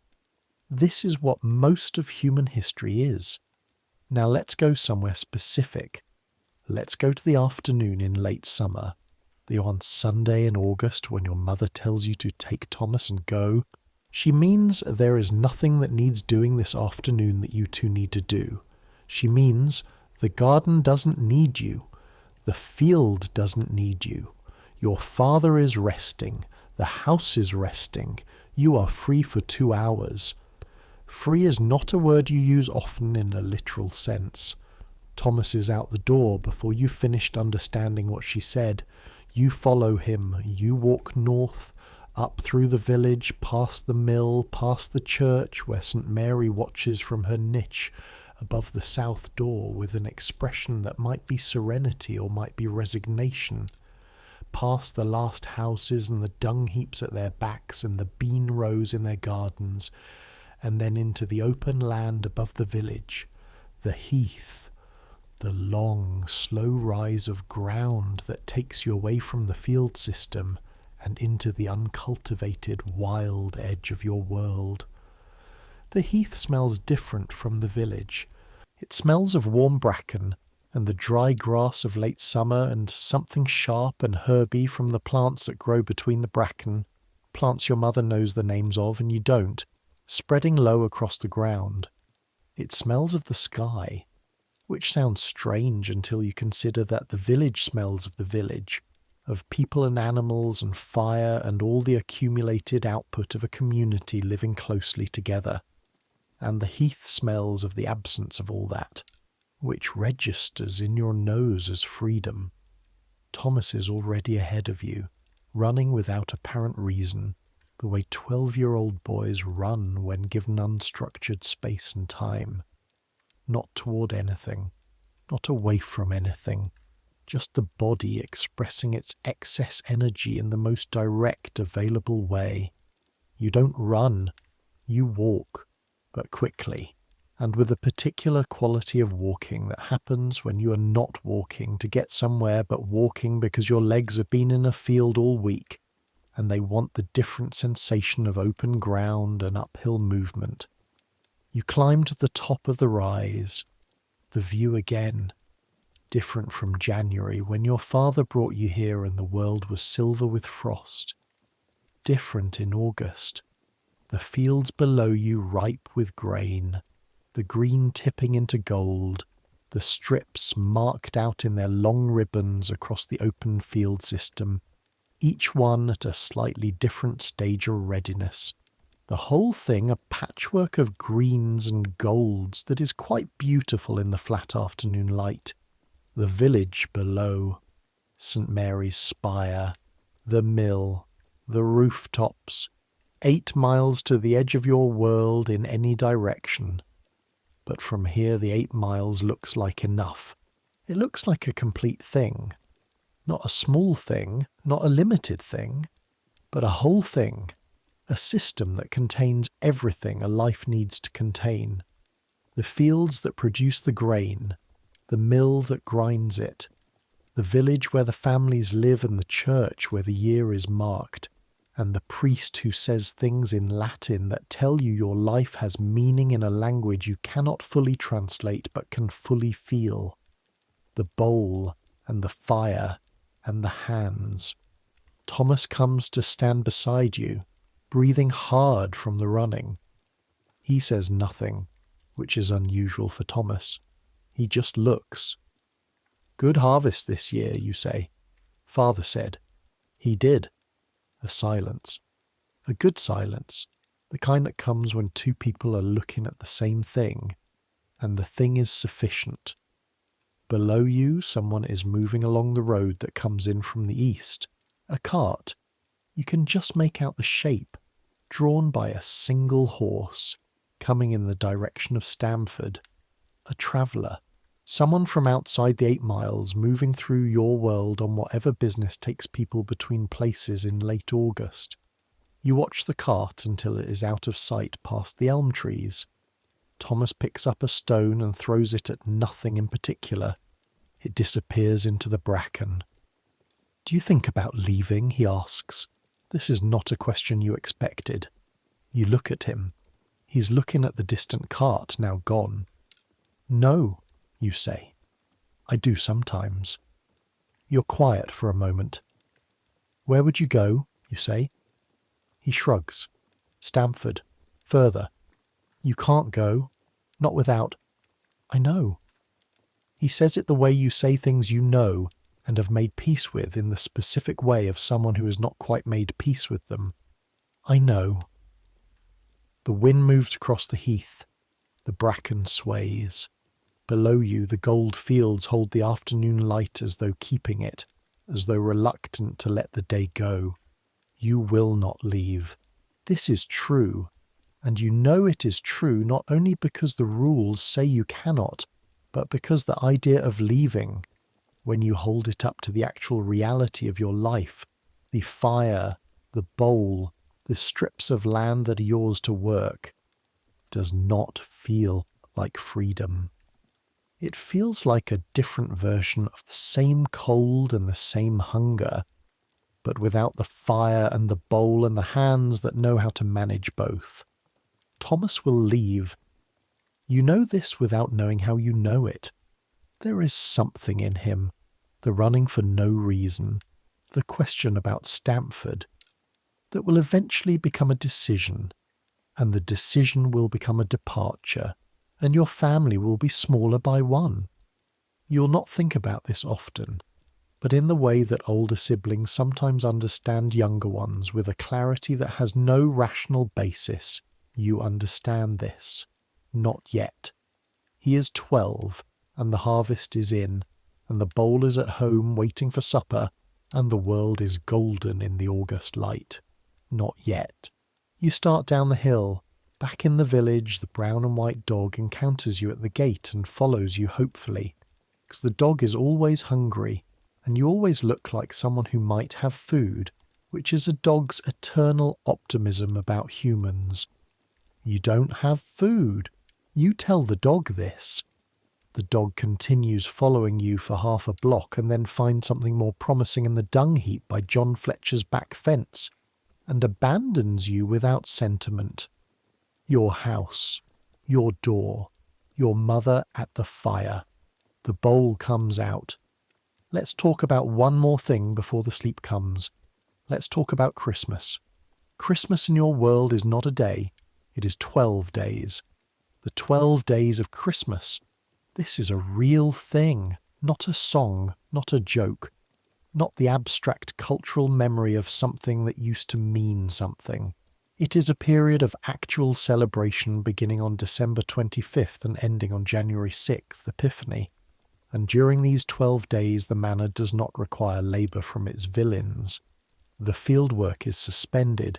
The liturgical calendar is at its most intense and most joyful and most full of singing and eating. The eating during Christmas is genuinely different.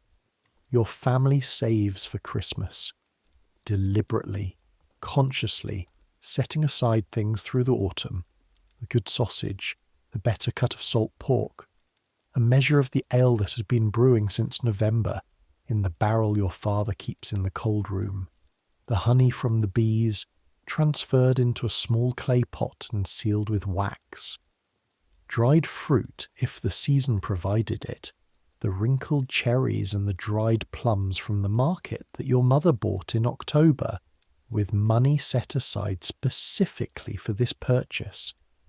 Christmas food is the food of abundance in a world that otherwise operates on sufficiency. It is the meal prepared carefully over days, the smells building through the household in the days before December 25th, the bread baking with the honey added to the dough, a sweetness that is entirely unfamiliar compared to the everyday loaf, a sweetness that your body reads as celebration before your mind does. The salt pork brought out from the curing trough, a better piece than the weekly allowance, something that has been preserved specifically for this. The sausages, well seasoned, made from the pig with the herbs that have been drying since summer. On Christmas Day you eat twice in a day, with enough at both meals to feel genuinely full, not the edge of enough that characterizes most days, but full in a way that your body registers as remarkable, as something that distinguishes this day from all other days. The bowl is on the table, the same bowl, always the same bowl, worn smooth and dark. But what is in it on Christmas is different, richer. the fat more present, the pieces of meat more than fragments, the grain supplemented by things that the rest of the year only appear in small amounts. You eat with your hands, you eat with your family, your mother eats with everyone else on Christmas. Your father insists on this. One of the very few household rules he has ever stated out loud, that on Christmas Day your mother sits with the rest of you from the start. She argues with this briefly and then accepts it, as she accepts most things she argues with briefly, and she sits, and the bowl comes out, and 5 people reach into it together, including her. This is Christmas. No fork, no individual plate, no elaborate table setting.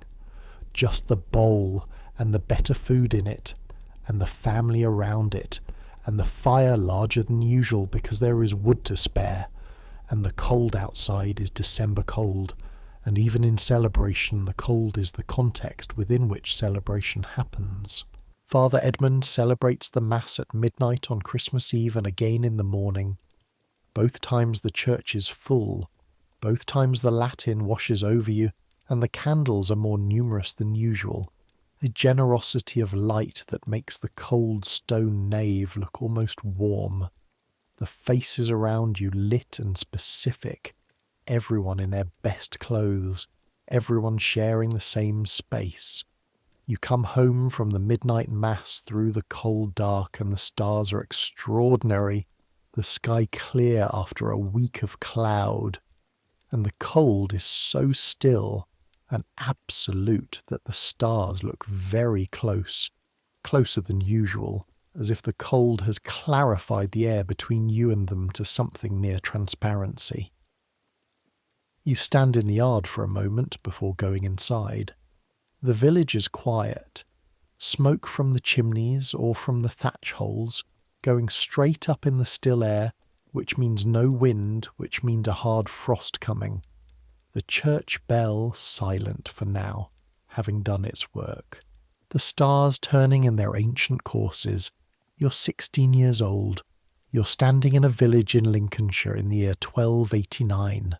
In 600 years, in 800 years, in all the years between here and whenever you are listening to this, people will be reading about the medieval world, will be studying it, will be trying to understand what it was like to be the people who built the cathedrals and farmed the open fields and ate from communal bowls and never used forks. You are one of those people.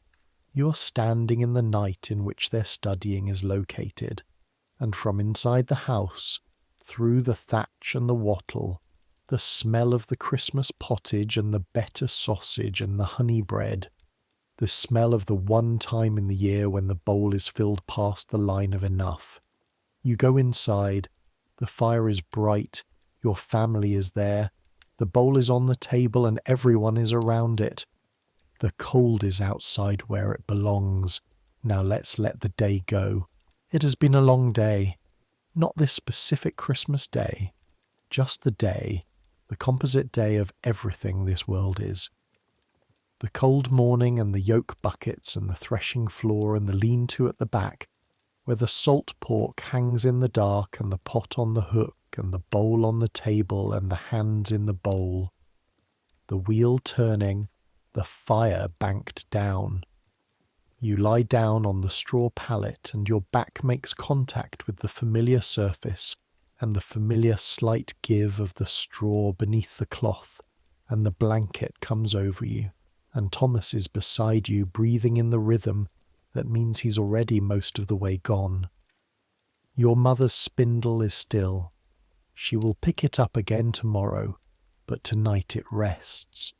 The fire breathes.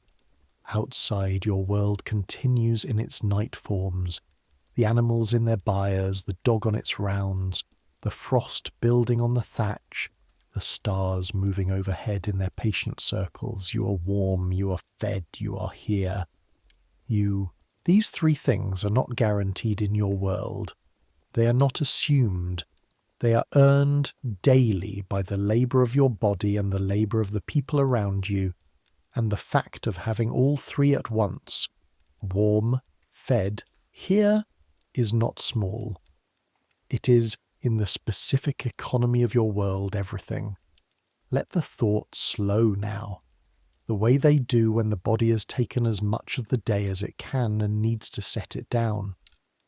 The way the fire slows, not stopping, not going out, just quieting to its minimum, the coals holding their heat without the need to display it. You think about the bowl, not consciously, not in the way of someone deliberately dwelling on a thing, but the bowl is the last image your half-sleeping mind holds, the way the last thing you looked at in a bright room stays visible when you close your eyes. The bowl, dark wood, worn smooth, sitting on the shelf in the dark. The bowl that was your grandfather's. That will be your child's if you have children. That will hold the hands of people who don't yet exist, in winters you won't live to see. The bowl is older than you and will outlast you, will hold the grain and the water and the hands of generation after generation of people for whom food is not convenient or abundant, but is earned and valued and eaten together because there is no other way to eat it. The bowl is still there, somewhere, in the dark of some museum, in the earth where it was finally set down when the last hand that could hold it stopped working. In the story you're inside right now, which is also the story of every hand that reached for food and found it, every family around every fire in every century that managed to feed itself through another winter. The story is very old. The story is very simple. The hand, the bowl, the fire. Let it slow. Let the day settle into the earth of itself, into the good dark underneath the thoughts. Where the body has already gone and the mind is following, you are warm enough, fed enough, present enough. You have done what needed doing and eaten what there was and kept the fire and kept the family and kept the wheel turning. This is the life. This is the whole life. Not the lords and the silver plates, not the fork that is coming but has not arrived. Not the world that will be built on top of this world and will largely forget it. Not the history books that will spend more pages on the kings than on the hands that grew the king's food.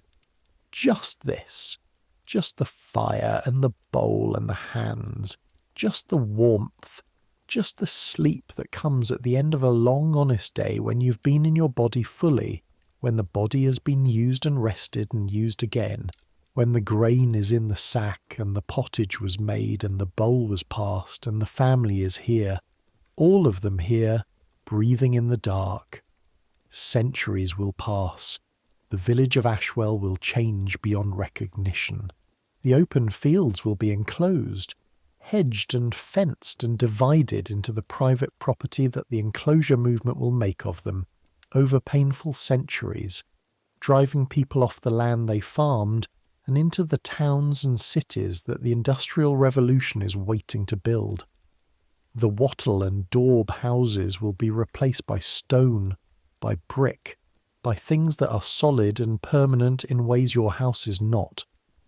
The mill will be replaced by a larger mill, and then by machinery that needs no miller and no mulcher. The bowl will be replaced by the plate. The hand will be replaced by the fork. The fork will seem inevitable when it arrives, as all necessary inventions seem inevitable. Of course you need a fork. Of course each person needs their own portion on their own surface, their own space at the table, the food unmixed with any other person's hands. Of course the individual deserves individual food. This seems obvious, settled, beyond question. But the bowl on the shelf in the dark knows something the fork will not contain. Knows that the hand in the food is connected to the body that grew the food, and to the other bodies that helped grow it, and to the land that produced it, and to the people around the fire who will all die of the same winter eventually, who are keeping each other alive in the meantime by the simple act of reaching into the same bowl and finding something there. This knowledge doesn't fit on a fork, but it fits in you somewhere. It fits in the part of you that listens to someone else's voice in the dark and finds it restful. The part that knows there is something older than your particular version of the world, something that has been feeding itself and resting itself and waking up to do it again since before any technology you use or will use, something that is still in your body even though the specific world it came from is gone. The hand, the bowl, the fire. Your breath is slowing now. You can feel it. The weight of the straw beneath you, the warmth of the blanket, the particular absence of the day that sleep brings, the thoughts becoming slower and less directive and more like shapes than sentences. The bell at St. Mary's rings somewhere very far away, striking an hour you are too tired to count. Let it go. You don't need to count it. You don't need to know which hour it is. You need only this. The warmth, the slow breathing of the people near you, the fire that will still be alive in the morning, a patient ember waiting for the first hand of the day to wake it. The bowl on the shelf, empty for now, it will be full again. It always is, one way or another, by the work of the people around you, and the turning of the year, and the grain in the ground, and the water in the well, and the fire that has been in this house through winters beyond counting. The bowl will be full again. Let that be enough. Let that be exactly, completely, finally enough. Let sleep come the way it has come every night in every century in every house, where people came in from the cold and ate from the bowl and lay down together and closed their eyes. The same as it always was, the same as it will always be. The hand, the bowl, the fire, the sleep, good night,